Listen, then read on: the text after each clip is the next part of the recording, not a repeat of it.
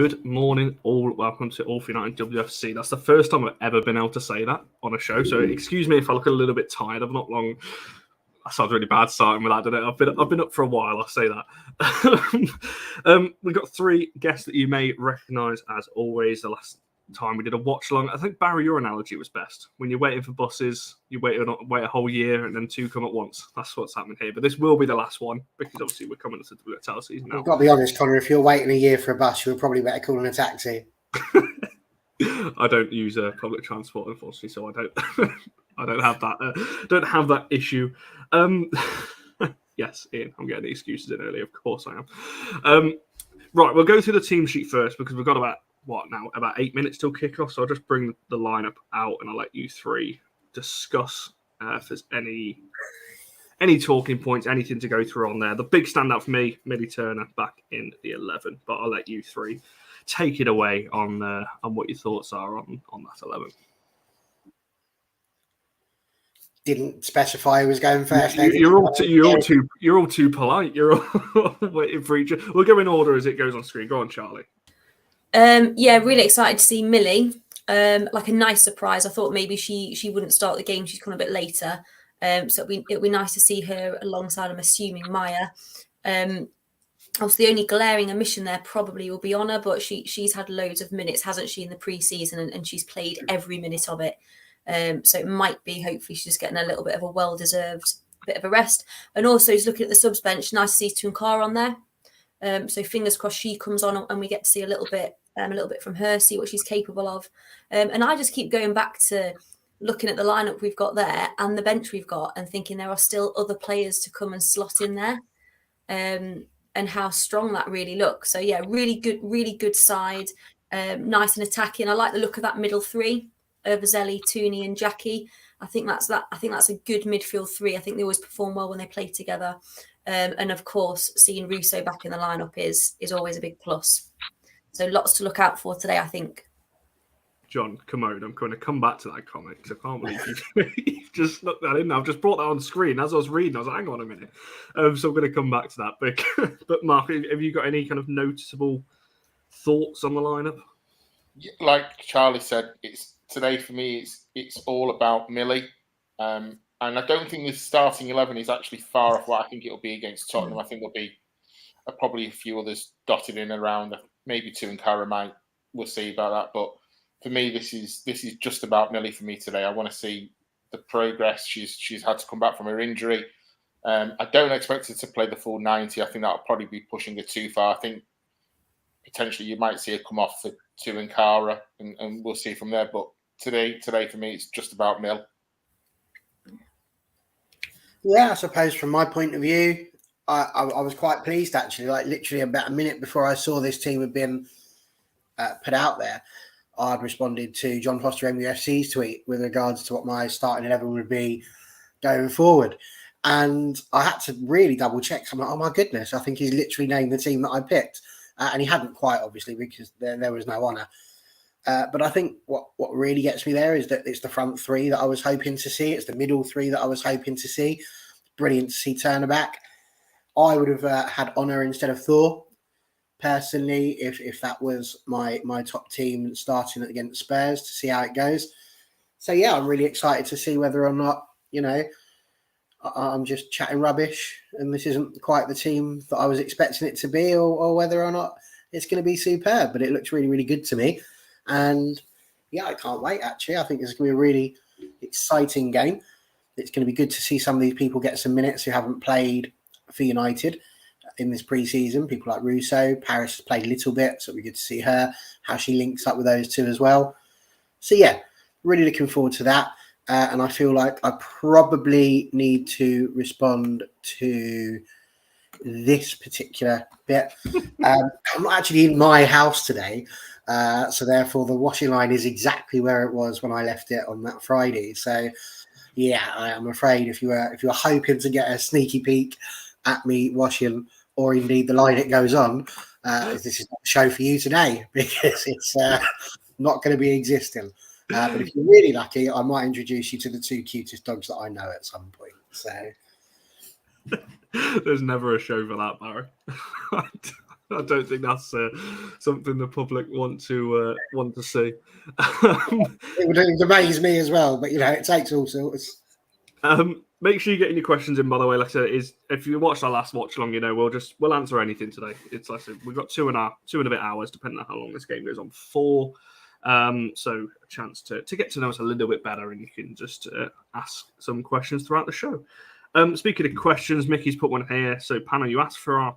I'm guessing that's predictions, not productions. What is yours?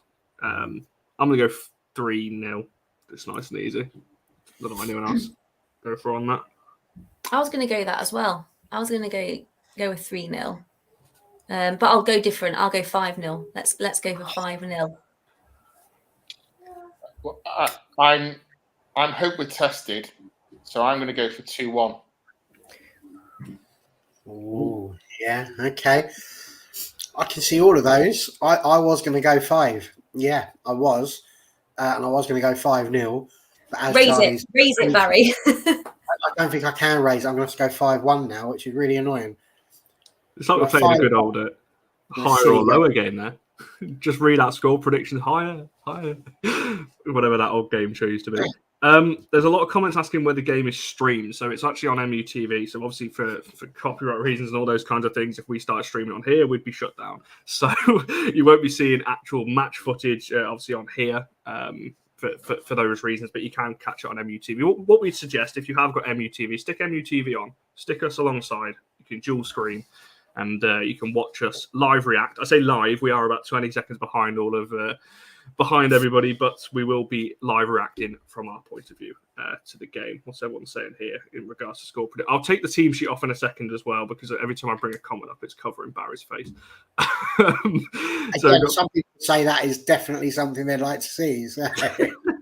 So we got 3-1, we got a 4-0, we got another 3-1, we got another 3-1, we got a 4-1. There's not a lot of confidence in our defence here.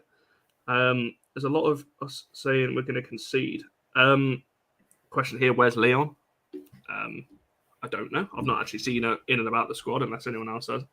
Yeah, there's a couple missing, isn't there? There's no Honor, there's no Leon, there's no Hansen. Most of those, I wouldn't read too much into that, I don't think. Yeah. Like Leon had loads and loads of minutes, didn't she? She's just come off the back of the CONCACAF Cup as well. Is that what it's called? Flipping heck. I think that's what it's called. So I imagine little rests for them, perhaps. Yeah, but she goes on international duty again tomorrow, doesn't she? Oh, yeah, of course. I think they all pretty much do, don't they? That's I know, mental. it's silly. Bizarre. In answer to your question, so for kickoff is about 60 seconds away. The players are just kind of jogging around the touchline doing their last minute sprints before the game kicks off. And Mickey, you've got it bang on. There we go. Match on the TV, us on the phone. That is what we love to see. Do you know, I've done this before sometimes when you want radio commentary rather than listening to the people, and you do have to pause it because there's nothing worse than listening to a radio commentary that's ahead or behind. So, yeah, I would definitely do it. Unless, of course, you'd like to know what's going on. And then you could be in the know and throw something out there telling everybody that we're winning or losing. That'd be great. Indeed. There we go. We'll take it away. So when I bring a comment up now, Barry will not be covered up. What's this saying here? So Barry's saying, what do you think our scorers will be? Who do you? Oh, yeah, who? It's too early for me. Well, I reckon Mark should go first because he's only got 2 to mention. Then you, because you've got 3, and that gives Charlie and me a chance to consider who our 5 are going to be.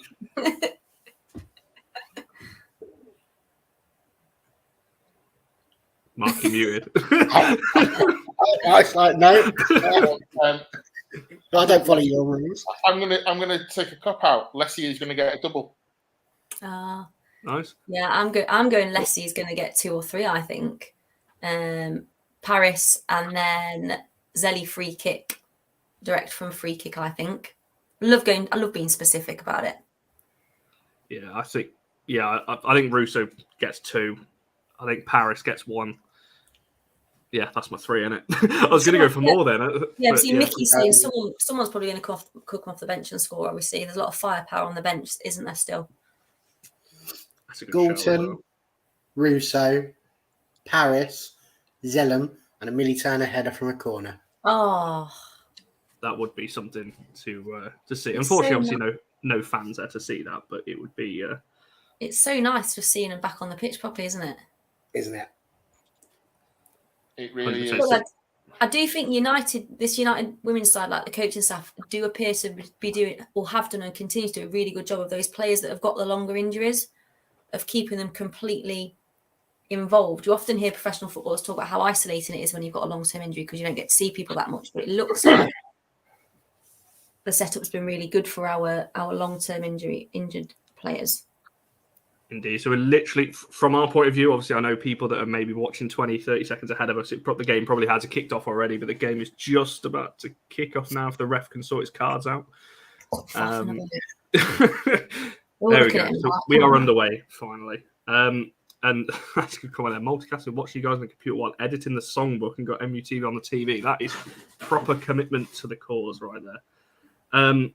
Yes, you are correct. I don't believe Mark Skinner is at the game today. I'm assuming talking about Mark Skinner, not our panelist Mark over here. He was clearly here. There was a comment earlier on. I'm going to come back to it while it's gone out for an Everton throw-in at the moment. And I said I'd come back to it because what is going on here? Posh is what John Crow's calling me here. Now, I don't know about you, but I'm probably the furthest from Posh on this panel. I think if you're looking at Posh over here, I think you're looking at the woman on my left for that. I was born in Sunderland. Okay, maybe not. Maybe not. All good cheeky interception there.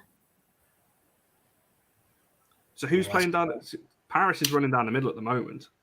I'm assuming that's going to be her actual position. Well, it's hard to tell. Let's see where Russo goes.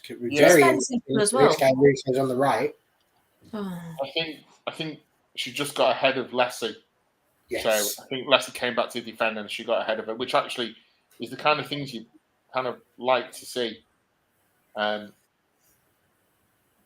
just one of the quick observations is that it looks like Zelly's playing that quarterback role, kind of like what Christian Eriksen's now started doing for United. He's playing a bit deeper into it because I think Zelly's got a great range of passing, whereas I think Jackie's more intricate and she can play a short pass. And I'm kind of like seeing that.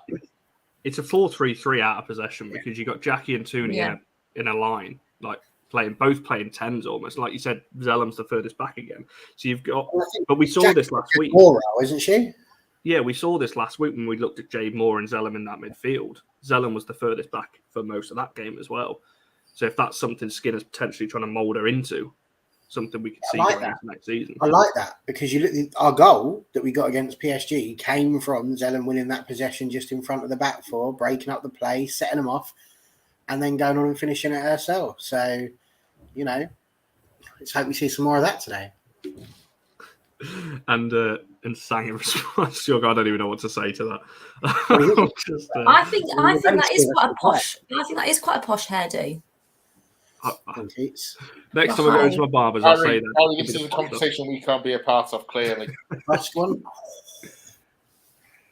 It's a good cross there from Keats, but straight to a blue one, unfortunately.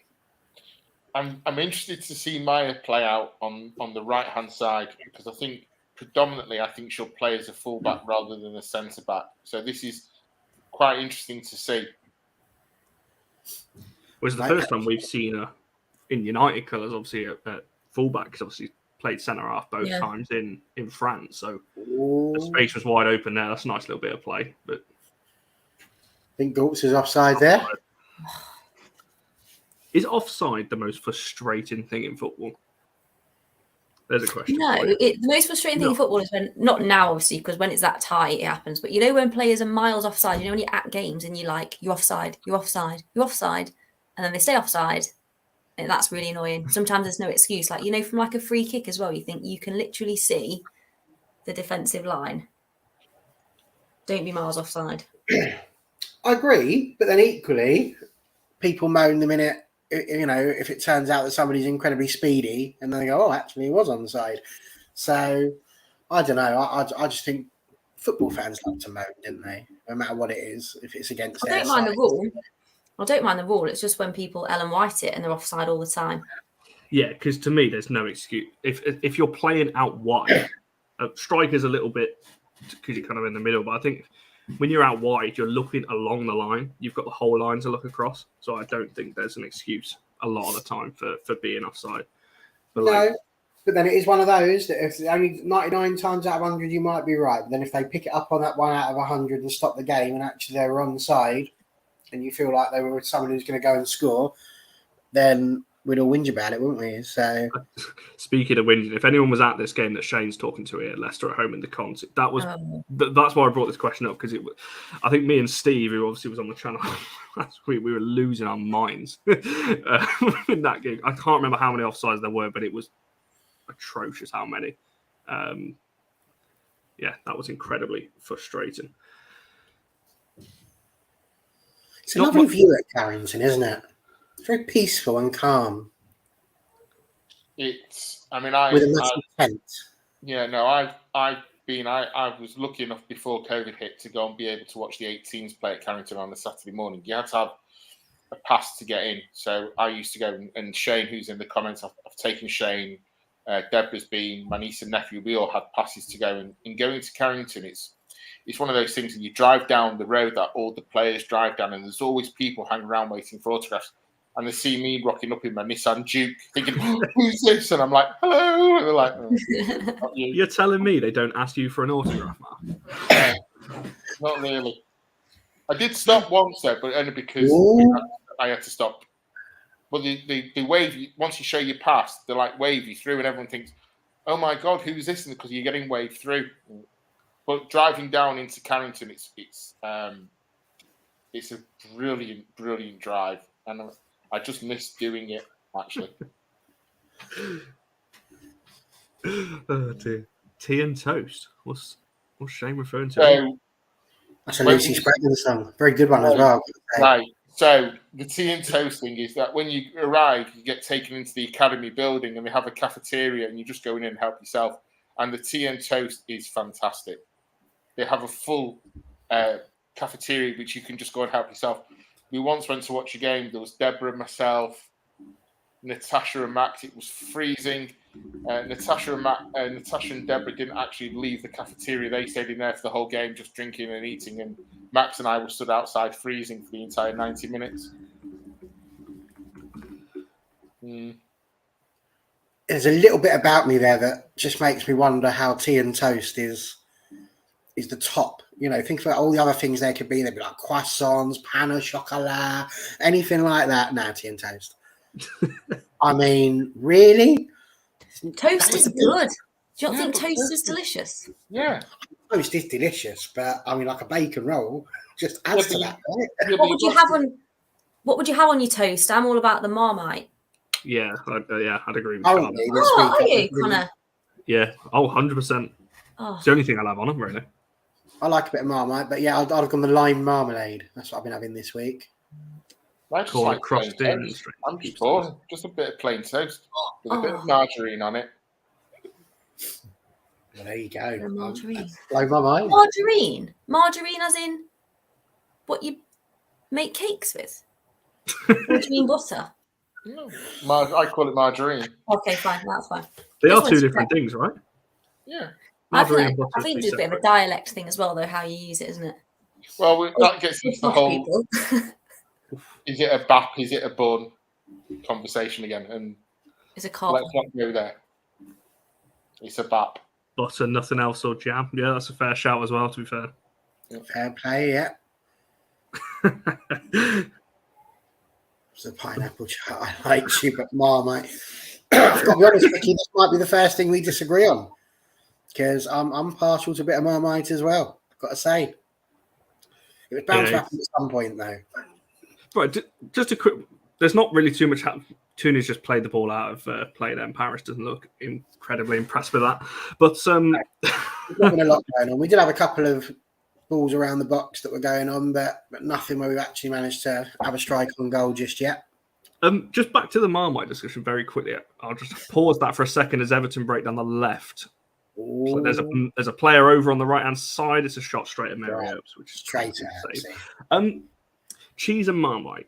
Has anyone tried that combination? Because No. I suggested this to somebody, and they were like, "Oh, that's disgusting." Tried it once, and they have flown with the idea, and it's Bang the Marmite on the melted cheese, a bit like if you have cheese on toast, you can have a little bit of Worcestershire sauce. Yeah, my dad's melted cheese and Marmite. it's literally the best sandwich ever. Cheese and Marmite, especially grated cheese. But I thought I'd throw that out there because it doesn't seem like many people Don't melt the know cheese, of that. What's that? Sorry.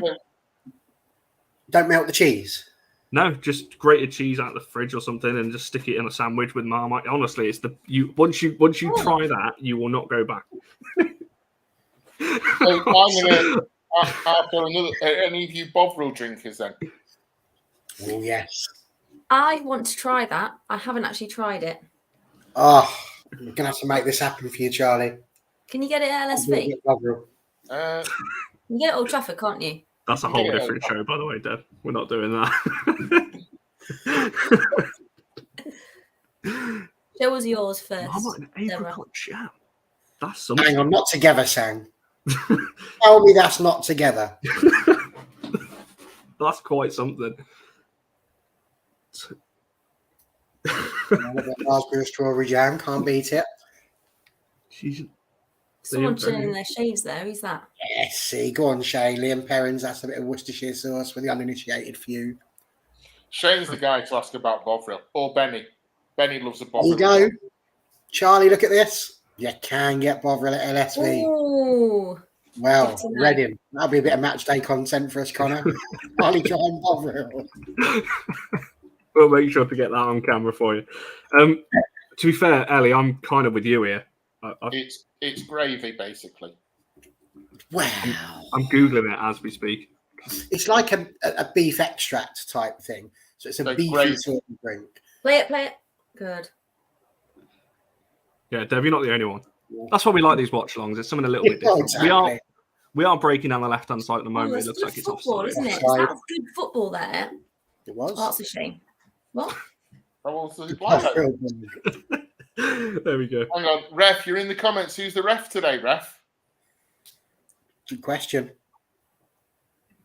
That's good Oh, football there. yes. That was really good football under That's a pressure. good shout. That's a good That's shout. very- This is nice. Cheese, ham, and bacon. See, I like these discussions because you wouldn't get this on a match reaction or anything. I am else. intrigued about the ham and bacon there. It's just cheese, pig, and pig. You can't. Cold pig and hot pig. Why not throw sausage in pig as well? Pig. You can't beat though a good croque monsieur when you go to France. And Mr. Croc. And people say, I'm the posh one. What's that? Ham and cheese toasty. It's just a posh name for it. Oh yeah. Is that, oh, Connor, did you not know what that was?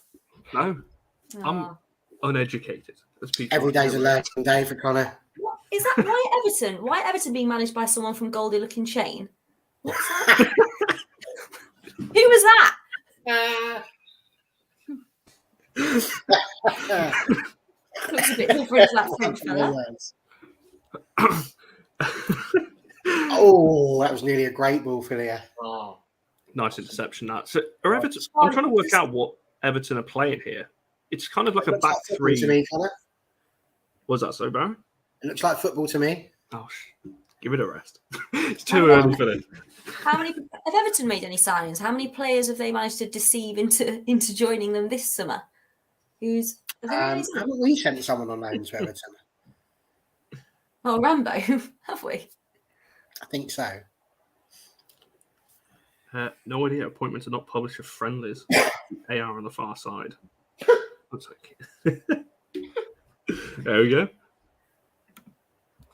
Whoa, hang on a minute. What have we got from Ellie here? What is that? In school, someone used to eat fish. That's a Doctor Who reference. That is. That's what So that. you really get your is. pudding with your main, don't you? So you can. I cannot believe Doctor Who actually visited your school. That's amazing. As Shane knows, look, there we go. They must have watched Doctor Who. That was a good episode, to be fair. If anyone's a Doctor Who fan, you know the reference. But yeah, I don't think I've ever tried that. In No. Fish fingers and custard doesn't do it for me. I did get called weird though by my niece and by my nephew because I eat cold baked beans. Okay, that is a bit weird. That's not Sorry, weird. Stick that It's on. not weird. So, Charlie, you asked about Everton women. One of the people here, they've signed the Dutch striker, Katja, and I can't say the surname. I'll get it wrong. Sneeges? SNO. Oh yeah, yes, I know who you mean. Yeah. Yeah. So apparently she's been signed as well. There's a lot. Scrambled egg on toast. Can't Love it. believe you- Oh no, Debs, no, come on. No, I once yeah. went to a friend's house and he said, "Would you like to stay for dinner?" This was when I was younger, and I was like, "Yeah, I'll stay for dinner." So they basically did chicken and chips, and then out came the beans. And I took one bite and they were cold. I'm like, "Well, we run out of electricity? What's happened?" It was horrific, and I had to eat it because I was at somebody else's house. So I was trying to be polite, but oh my goodness, I never stayed for dinner again. What was Cold going to baked do? beans are awesome. No, I I'm just with thank Debbie. God the chicken was cooked. I'm with Debbie in the comments here. I don't think so. Just very brutal back to the game. We're about 50. Well, we are 15 minutes in now. No real chance. It's a bit cagey at the moment. Everton have had a couple of breaks. United have had a couple of breaks, a couple of offsides in there, but nothing really of. To be fair, Everton have defended really well. They're playing very high. If you have a look at where the fullbacks are, I mean, United are probing, but so far Everton have got the answers to the questions that we're asking. Our passing looks good. Yeah. You know, crisp. It's good. I mean, Millie just looks. Oof. I'm watching Millie. He just looks so composed on the ball. What are they doing? I'm nervous. Anyone watching? I know. I was going to say Oh, it's a foul, ref. that's got it in the I'm not WSL. That is a being red. Oh, come on. That's a red card in the WSL. I think because it's a friendly. It's Well, maybe. Here comes my Zellum goal from a free kick. Go on, Barry. What Explain ball what just by happened. Zellum, there. though? Well, it's a brilliant ball by Zellum over the top. The defence just couldn't deal with it. Galton uses their strength, eases the number 5 off. The goalkeeper just comes in, kung fu fighting, cuts her in half. Oh, gosh. Like Stanway all over again. Only with a knee rather than the studs. Yeah. Now That's the goal is- atrocious. That reminded me. Do you remember in the Chelsea Spurs men's game a couple of years ago when Gazaniga came out and just absolutely annihilated? I can't remember who it was, one of the Chelsea players at the time, and that looked horrendous. I said in the WSL, that's a red. That's mate, a but- red. Well, it I should think- be. to be honest, You never Debs try is to go not in the a red WSL, do you? I've Jack just seen a put red over the call. ball here. Is anyone else saying where's Ellie, or is everyone going, actually, Jackie, you take it?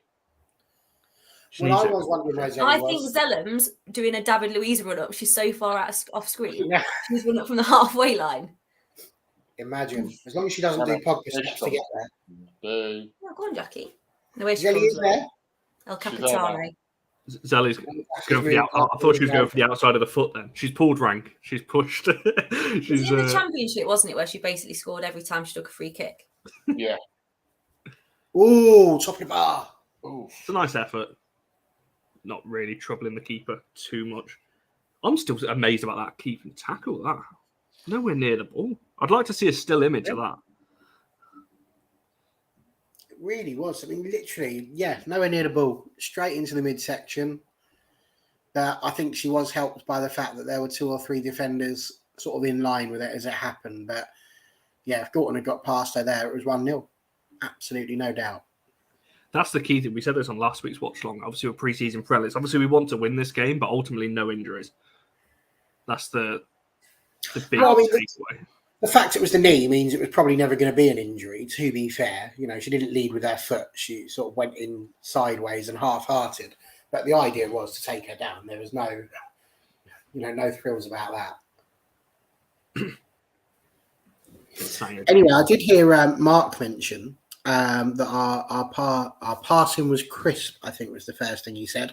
And that led me to what I thought would be a really good snack-related question, which is, what flavour of crisps do you go for? It's go on, Mark. You go first. You can't beat ready salted. Oh, think you can. straight in with the normal ready Do you know what? sorted. If it's Walker's crisp, I'm going ready salted all day long. But if I've come into some money and I'm looking at McCoy's ridged, I'm going cheese and onion. But if we're talking quirky crisp, Twiglets. Oh no! Oh, basically Marmite crisps. I'm gonna go with them, Barry, just because they are the go-to. Great, sounds great. Did you ever watch, Charlie, the Mr. Bean episode where he was doing a party. So he wanted to Yes. put out some snacks and he didn't have any twiglets. So he literally went to the tree outside his house, cut off a load of twigs, put some Marmite, and stuck them in Yes. the box. Funny that was. I love Mr. Bean. Who's that? Who's that there? Maya. Ridiculous. Do you know what I like here? Like Maya's obviously gets past a couple of players, but then runs out of anywhere to go. And then Jackie's already slotted back in behind her. I just feel like there's options everywhere. No matter what's happening, there's an option. The one thing I will say is, like I said, we've said this, me and Charlie, obviously, we said this a lot last season. Zellum is the one player who opens herself up to any opportunity to get the ball.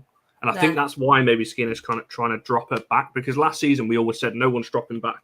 That's why we could never progress the ball through the midfield, because nobody wanted it. Yeah. And well left by Tooney. Gorton obviously shouted. Yeah. And he's, like I said, my analogy from what I've seen so far in pre-season is that Zelly is playing that quarterback role, which I think is now becoming a more important role, to have someone you trust on the ball who's got a great range of passing to open play up when you might be in a kind of a tight position. And I think Zelly has got that. I mean, look at her now; she's now one of the furthest forward. I mean, Side again. she's got one, and that's what I love about watching Zelly play, is that she can do most great things on the pitch. There's a lot of you've started something off in the comments, Barry, when you're talking about. I'm sorry, I thought that was the idea. I would like Shane to bring some of these I apologise. to the Spurs game, please. Brannigan's are amazing.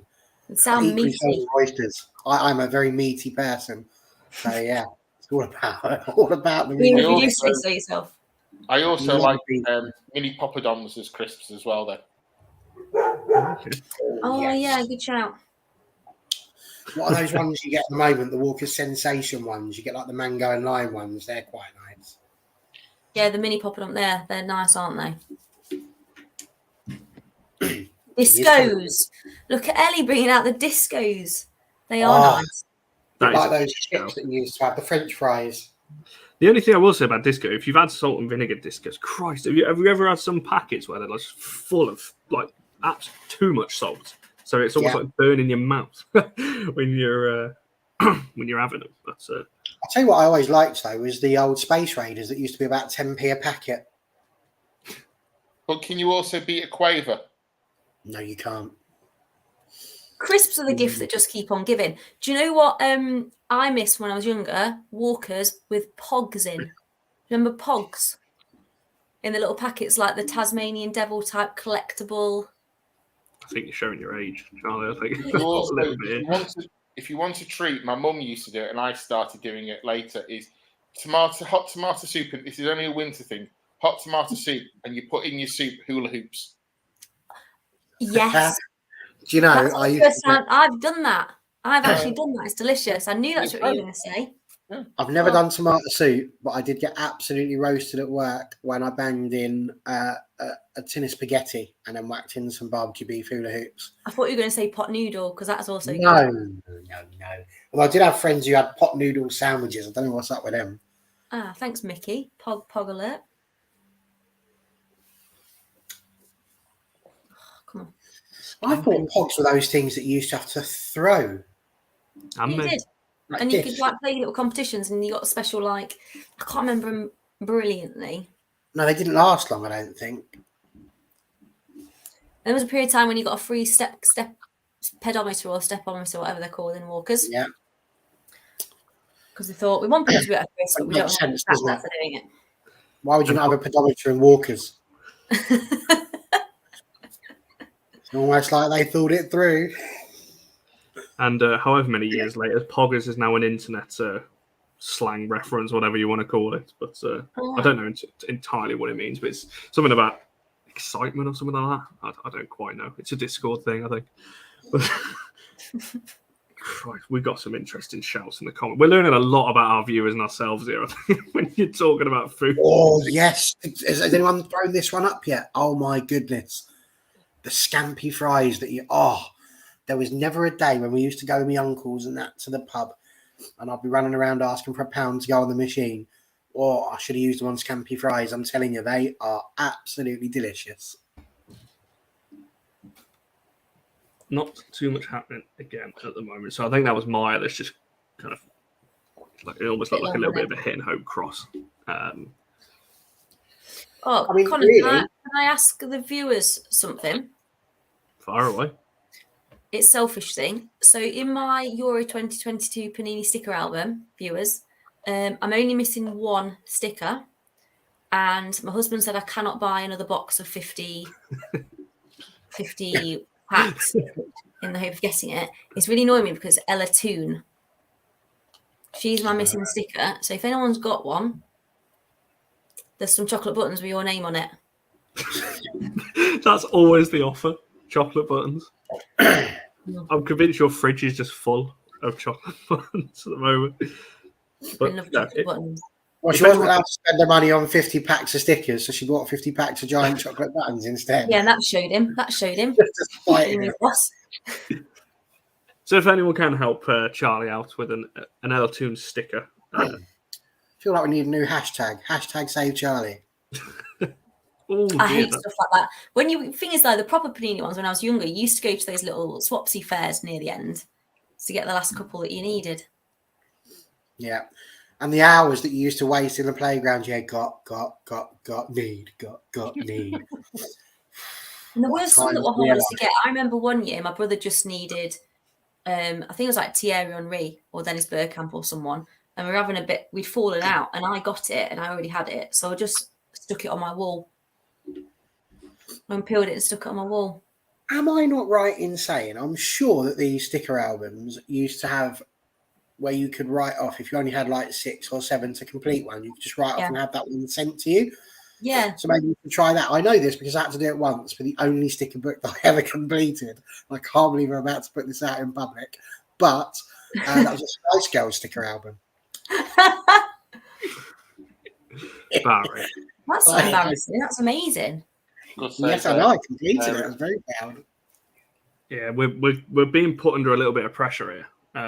I don't know whether anyone's noticing it. We seem very composed at the back, but it's worrying me a little bit. So basically, a volley from the outside of the box there, it looked like down at the bottom left, or Mary's right. It's a good, comfortable save in the end, but we look. I don't know. We look good, as Mark, you said earlier. The passing seems to be pretty crisp, but I don't like this putting ourselves under pressure. Yeah. It'd be interesting. We've done it again there. Maya trying to shoot it down the line. We've done this in every game, haven't we? It'd be interesting to see if this is what we do against the likes of Chelsea. It's another shot from the edge of the box straight at Mary, but it's come from our own. To be fair, Leah immediately, once she's done that, has looked over at Maya and put her hands up and said, "No, can we get that ball across?" So they're talking to each other, which is good. But the shots that Everton are taking, they're all coming from outside the area, and there'll have to be something special, I think, to beat Mary from there. Yeah, you hope so. I think Everton Everton with possession now, just playing it around the centre backs on the halfway line. So I agree with yourself, Dave. I think we're inviting a little bit too much pressure for my liking. So I don't know quite how Everton are going to shape up this season. Obviously, we struggled away from home against Everton last season.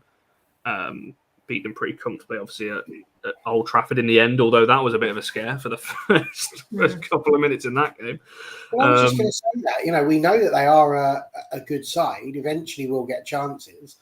We've just got to find the key that unlocks them at the moment. And we nearly did, because that ball to Galton, as I said, was superb. And that would have been 1-0. And that is by far the clearest opportunity that's been carved out of this first almost half an hour.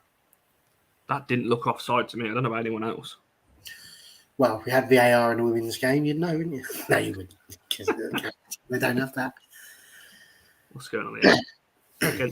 Against Chelsea, Charlie, we need to play a 4-1-3-2. We need that deep sitting DM, which obviously would be Zalem in this case, to control the play going forward.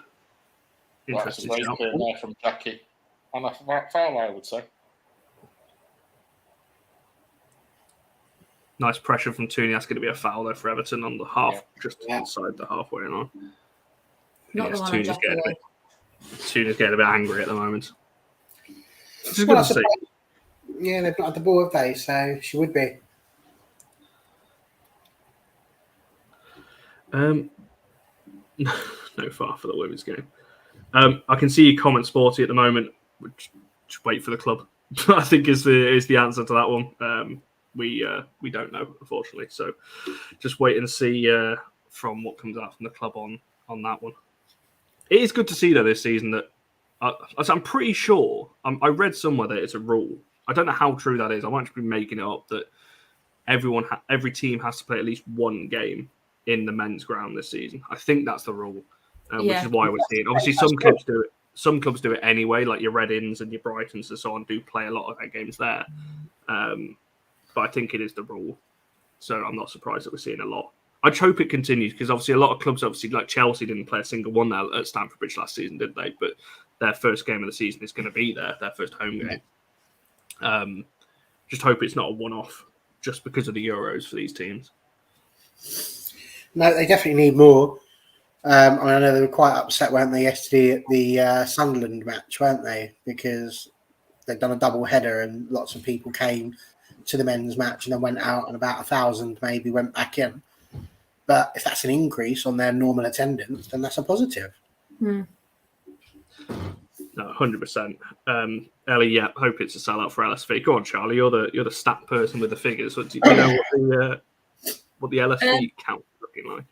Well, no, I can't count that. That's ludicrous. But I had a look based on ticket sales. If you have a look, it's they obviously opened the last seated section and the very last one because the rest have sold out, and that looks like about a fifth of that has gone as well. So, if you're wondering why we've got worried faces, Alessia Russo has gone down around the halfway mark. She has just stood back up though before the physio got there, so that's a little bit more promising. A bit nervous that she wasn't moving at all. Do you know, I wouldn't be surprised if there's a little bit of just trying to break up the play at the moment, and what's happening? It's a bit of a moment. It's just an awkward landing. I think the looks of that she's gone over the player and just landed a little bit funny, but it doesn't look like it's anything too serious. Especially, Ellie, especially to her, I think is the one. But to be fair, the difference with this season, I think I'm not saying that I don't want Russo to get injured, but I'm saying if she does, we have got a lot of options this season. Whereas last season, I think you could argue the case that we didn't have that much. So there's a little bit of a break in play. Well, there's Leon. There's Leon. Look, Leon's in Leon. Trying to see who else you can see on the bench. You can see Lucy Stan, you can see Grace, Haley's there. Builders at the edge. Yeah.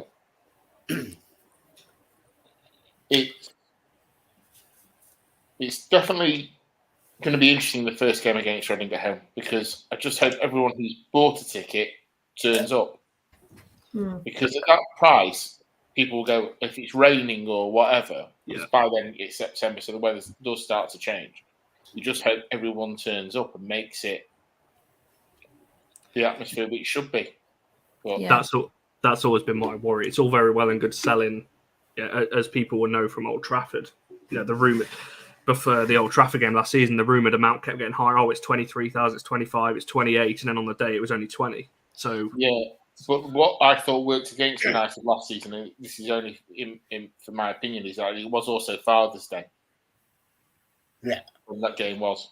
And a lot of people will buy the tickets well in advance, going, let's go to Old Trafford, and actually, it's Father's Day, let's go out for lunch instead. Is it Father's Day or Mother's Day? I think it might be. I think it was Mother's Day because I got a bit of a telling off when I got back. Oh, you went to... No, it was Mother's Day. You're right.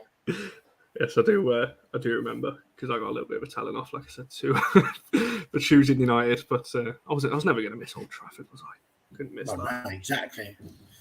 But and I think this is where the pricing comes into it, isn't it? Because you pay £6 for a ticket. At the end of the day, you do sit there and think, "Wow, £6 at the end of the day." You'd spend that on a McDonald's meal. But go on, Ruth. We're the cheapest, aren't we? Yeah.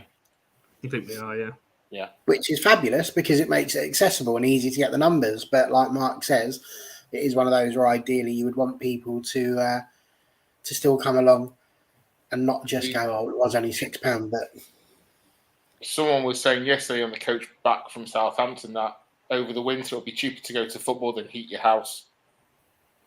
Yeah. Oh, That's mental. Well, I still maintain it's mad. I'm glad that Spurs, in a way, aren't back at the Hive again because it cost me more money to park my car than it did to go into the actual match. It was unreal. I couldn't believe it. Yeah, that was pretty great. Mickey, if you do get to the Arsenal game, come and make sure you let us know and come and say hello to us while you're there. That will be great to meet you.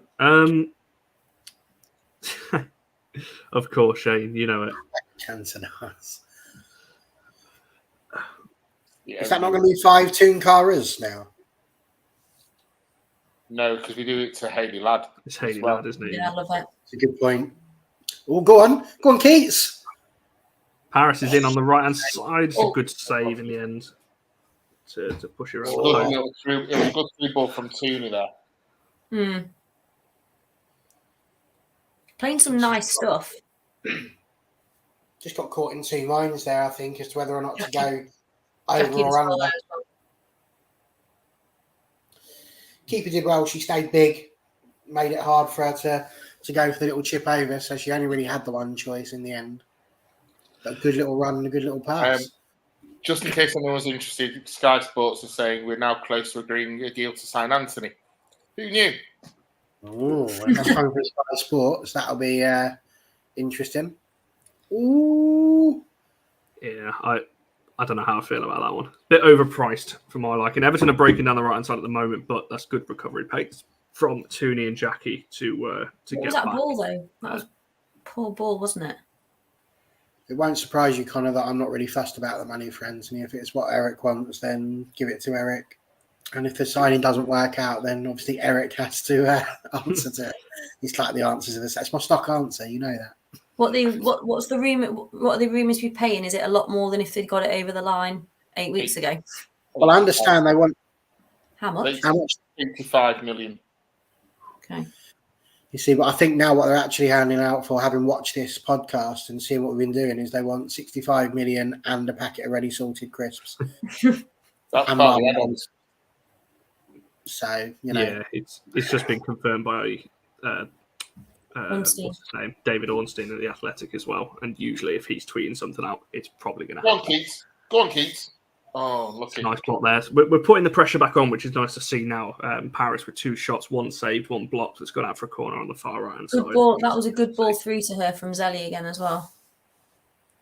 And what's the thing for me I've noticed about United teams is that we grow into a game. I think Monday night against Liverpool, we were at Liverpool 100 miles an hour. But yesterday and today, we grow into the game, and it's actually, it looks like we've got a game plan. So let's see what Everton can do, and let's grow into the game. And that was awful, though. I hate those short I was going to say I couldn't hide my reaction to that. That was really poor. No, that was bad. So what essentially happened there? The corner played short to Paris, who tried to play it straight back and just tapped it as light as possible and easily broken up then. A little bit. Kirsty Hansen wearing the shades there, looking cool. I'm going for the Ozzy Osbourne look, I think, now with those shades. So, as you've been there, Mark, maybe you'll know what is the point of the massive event tent in the back of Carrington? What do they use that for? Right. So, a couple of years ago, does everyone remember COVID? Because it seems like so long ago, and good times by all. So, during this winter of 2020, Lee's facilities became unusable, and the club they couldn't train on the pitch at all. It was at one point the underseal heating had gone at Lee, and so they couldn't train. So they moved them to Carrington, and that tent in the background was the gym that the girls could use, because during COVID they had to be kept separate and they had no facilities for the women. So that became their training area. So the pitch, if you're looking at the pitches, the pitch behind, so there's a pitch behind the pitch they're playing on. Yeah. And then there's another pitch behind it, and that whole area at the back of where all the goals are, that's where the women train. That's their whole training complex. I see. So they have they've now built, or they've now put in some cabins for the girls. So they've got actual training and eating facilities. So they've actually trying to use the some lucky great ball there could have been from Leah. So that's the girls' bit of the training ground for now until they get something more permanent. Brilliant. And if you look in the background, you can actually see the diggers and ready to go, and everything else there to dig it all up and put something more permanent in for them. Okay. Awesome. And that goes all the way along the back, does it? Yeah. So the pitch they're playing on now is what I call the 18s pitch. So that's where the 18s play or most of their games. And then there's another pitch next to it, which is predominantly used for the under 15s because it's nearer to where the parents can all be. And then next to that one, there's another pitch which is all cordoned off, and that's the first team's pitch. You can't go anywhere near it. You're not allowed anywhere near it, and if you do, you might get into a bit of trouble. And then there's other pitches dotted around. So the women's side is at the back, and they have a big area to use as well. So yeah, basically it's the women's. That's fabulous. Good to see they're getting it. Yeah, absolutely. And Carrington as a whole, they're expanding it to give the women more proper a proper area, because under COVID they had to put up a porta cabin for them to get changed in. There was no heating in it, and they're slowly making Carrington more as you know, as the ethos stands for United, one club, one rule kind of thing. Yeah. That's a great ball down the right if she can get to it. And she has. Go on, Russo. Needs a bit of support though. What a turn that is. That's filthy. Get it across. Oh. I thought I'd buy myself for a minute there. I'll just let you just live comment. Oh. I'll tell you what, that was a beautiful bit of play, wasn't it, in the end there? Oh. Tooney with a little back heel turn there. Yeah. Left footer, but over the bar just. I have to say, I'm slightly disappointed none of the players are wearing the collar up. Just saying. Are you right? Yeah. Hang about. I did like though. Did you see the promo video they put out behind the scenes from the media day? Aoife wore her collar up for all her shots. Yeah. I think she's going to be the one who wears it up, you know? Yeah, if anyone's going to do it, it'll definitely be Aoife. I can see, as an Everton fan in the comments here, oh, good, up the top is, eh? All right, well. Oh, my goodness. We have a rival fan amongst our comments. It's all love, though. Welcome. We appreciate you joining us. For this watch along. Ellie, we are behind. Just ever so slightly. Go on. Hey, the pullback's too far back. A little bit disappointing there. We're getting some chances. We're getting inside the Everton box a little bit more now, which is good to see. As the ball is out on the far left-hand side for United. That number 11 tries to do step overs and all sorts every time she gets the ball. Have you seen? He's their number 11. Loves a little step over. Yeah, we're cranking up a bit, aren't we? These last 5 minutes. No, it's good to see. It's like you said, Mark, we grow into games at the moment, which I think that's going through all age groups. Someone made a point. There's a little bit about Mannion at the moment. Can anyone else see Aoife Mannion sat on the little golf buggy in between the two dugouts right now?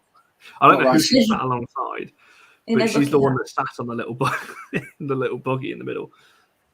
Oh, right idea from Toon there, trying to play the ball through to Parrish. Just didn't quite. See the car? I didn't know that was Mannion in it. He's off for a quick round after this. Everton break down the left. Oh, it's gone out for an Everton corner on the far left-hand side. Oh, interesting. It's weird watching the United game with not too much pressure, because when it gets to Spurs away, if anyone stood near us, we're not going to be as calm as this, I don't think. No, it's when we walk into a ground, it's like we all flick a switch.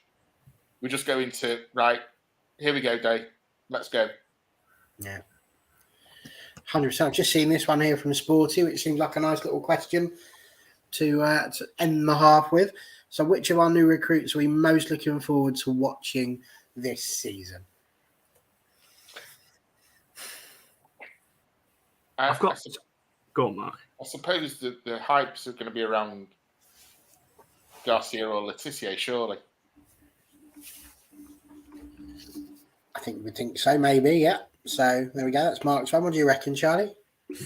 I think we already know what Letitia can do because we've seen it, haven't we, in the WSL? I'm really interested to see. Sorry, carry on. Garcia, what she can do once she's settled in. She's an exciting prospect, I think. And also Clinton, but we're not sure how much game time she's going to get, do we, Clinton? Perhaps one for a season or two, maybe.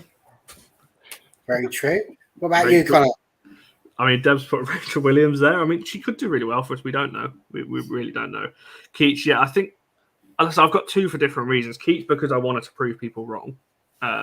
And to show that she is still a quality player. But I think in terms of ability from what we've seen so far, and also last season, just because I raved about her so much, I think Maya Letitia, just because I think the fact that we got her over the clubs that were also in for her as well, decent enough price, improves our back line. So, yeah, I think Maya's going to be some player this season. But I'm excited to see what Nikita Paris can do, because what are we doing here? Well, Everton there through on goal. Nice little shot at Mary. Mary decides to kick it out and has kicked it straight to someone who was on the penalty spot virtually. And, a bit to the right of the penalty spot, and then kicks it straight at Mary. So that was a let-off.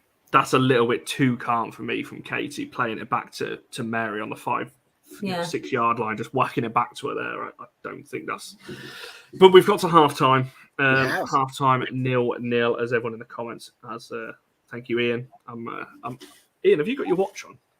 I feel like when you're not reffing, you just stand there with your watch and call in half-time. But, yeah, we have reached half-time, 0-0. It's been pretty even, I think, is the best way of pointing it. I don't know whether people would agree, disagree with that.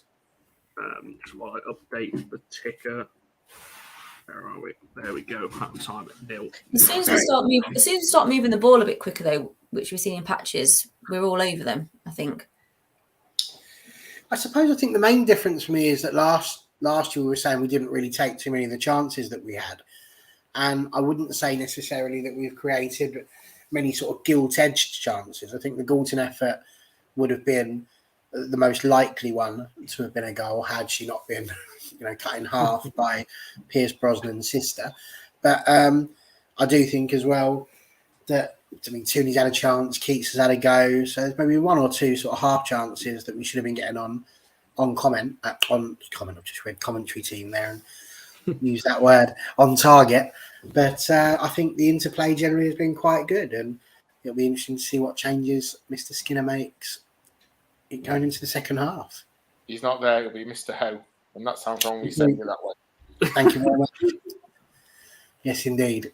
Mr. Ho, we look forward to see what changes he makes. Indeed. So we have just reached half-time, as we said. They're showing the 99 goal at the moment, which is quite something. We were chatting about this before we came live. I wish I was old. Well, I was born. I was 1 year old, so I don't remember too much of that final. Oh, it was amazing. It just sticks in my head. The big goal has come up, says Ron Atkinson. Can Manchester United score? They always score. Yes, we blinking well can. It was. I'm older than obviously most people. Look, because I am old. I was lucky enough to be there, and it's still, to me this day, it still makes the hairs on my arm or the back of my neck stand up. It's still that one moment where I look at it and go, "Yeah, that's everything for me." And it's hard to explain in the moment, because in the moment you just, like, oh my God, the euphoria just takes over of that moment. And the rest, I mean, I said it before we came on, I still have no idea how I got back to Manchester at all. I still haven't got a clue. I was 17 years old, and I'll tell you something. I'm a tiny person, but the light shade was never the same again. I jumped that high. I headbutted it. I was going mad. If I could have drove at that point, I'd have been up at Manchester or somewhere like that, just partying, because it was just unreal. Absolutely unreal. I can't even imagine. And Mickey, I don't know what you're referring to. Are you saying I look older than I am? Yes. So that's not a good thing. Oh, thanks. That's what he's saying. you want to try and get it the other way around. Indeed, Vincent, who's the first person to interview Sir Alex after winning the treble, Gary Newman from Birmingham. Indeed. A couple of local lads to me and Shane.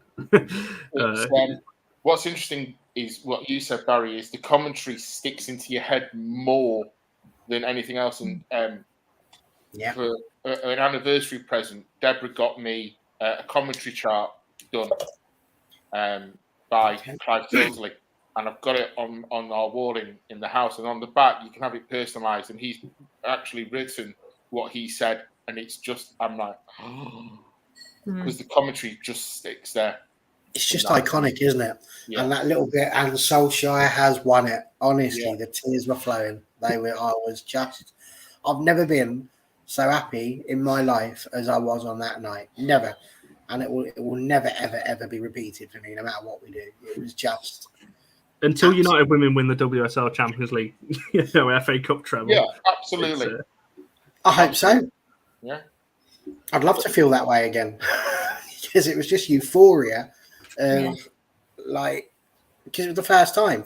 The only time I'd felt even remotely close to that was when we won the Premier League, the first one, because we hadn't won one in my lifetime, obviously, at that point. So, that was a wonderful feeling.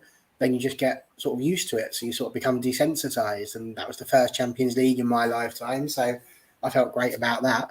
So 100%, I think if the women win a league or a Champions League or a trophy, then I'll feel great. Because, again, it's the first one in my lifetime.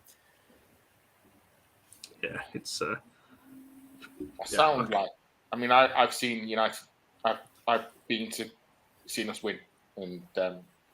There's no better feeling than watching United lift a trophy. I don't care. It could be the milk cup for all I care. It can be a milk bottle for all I care. Watching them lift a trophy is great.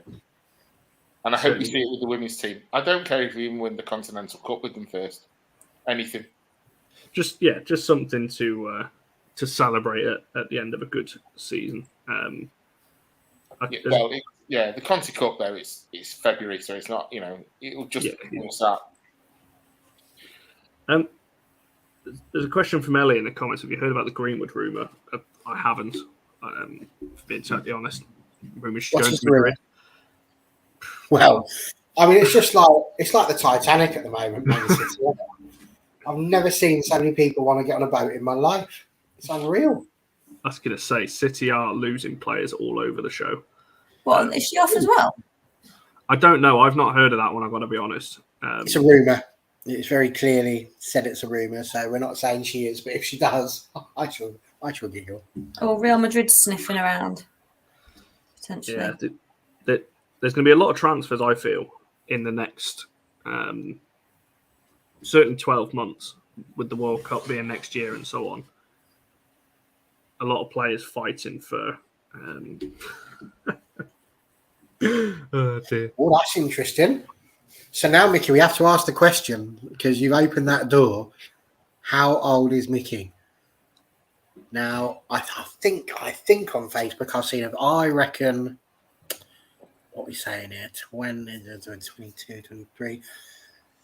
I wonder if Mickey's about 26, 27. Interesting. That's what I'm going at there. Just while Mickey's replying to that, isn't watch for him to be heading to Barca. All I'll say on that one, keep an eye on the fee, because I think the fee is going to be astronomical. Record breaking.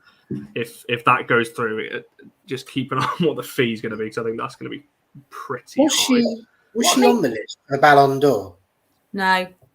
And this is what I find amazing. Potentially, you've got somebody going for a world record fee and no But Not a even world valuable. record fee to a club that has no money. I find this whole thing absolutely baffling. Can't even It's register absolutely players baffling. and everything else. There's your answer, Barry. Blimey. Well, I did not see that coming. So there you go. You look 33, Connor. Well, that's good. Aged me by 9 years. But there we are. But, Clearly, running AFU has had its toll on you, mate. Crikey. People will be shocked today. Must be that because I'm actually only 21, so it's quite surprising what it does to you. Being on here, Charlie's actually only 18. It's unreal. It's Walsh going to Madrid. I'd expect Barcelona personally. I don't know how because, like I said, I don't even know how Barca are registering players at the moment. But there we are. I'd expect it to. What have you started here, Barry? Oh dear. Well, she's only got 1 year of a contract left, hasn't she, Walsh? I think so, yeah. And Yeah. she wants to leave. I think. Well, she wanted to leave the last time her contract was due to go to Lyon, and City blocked it. I thought that's what I heard anyway.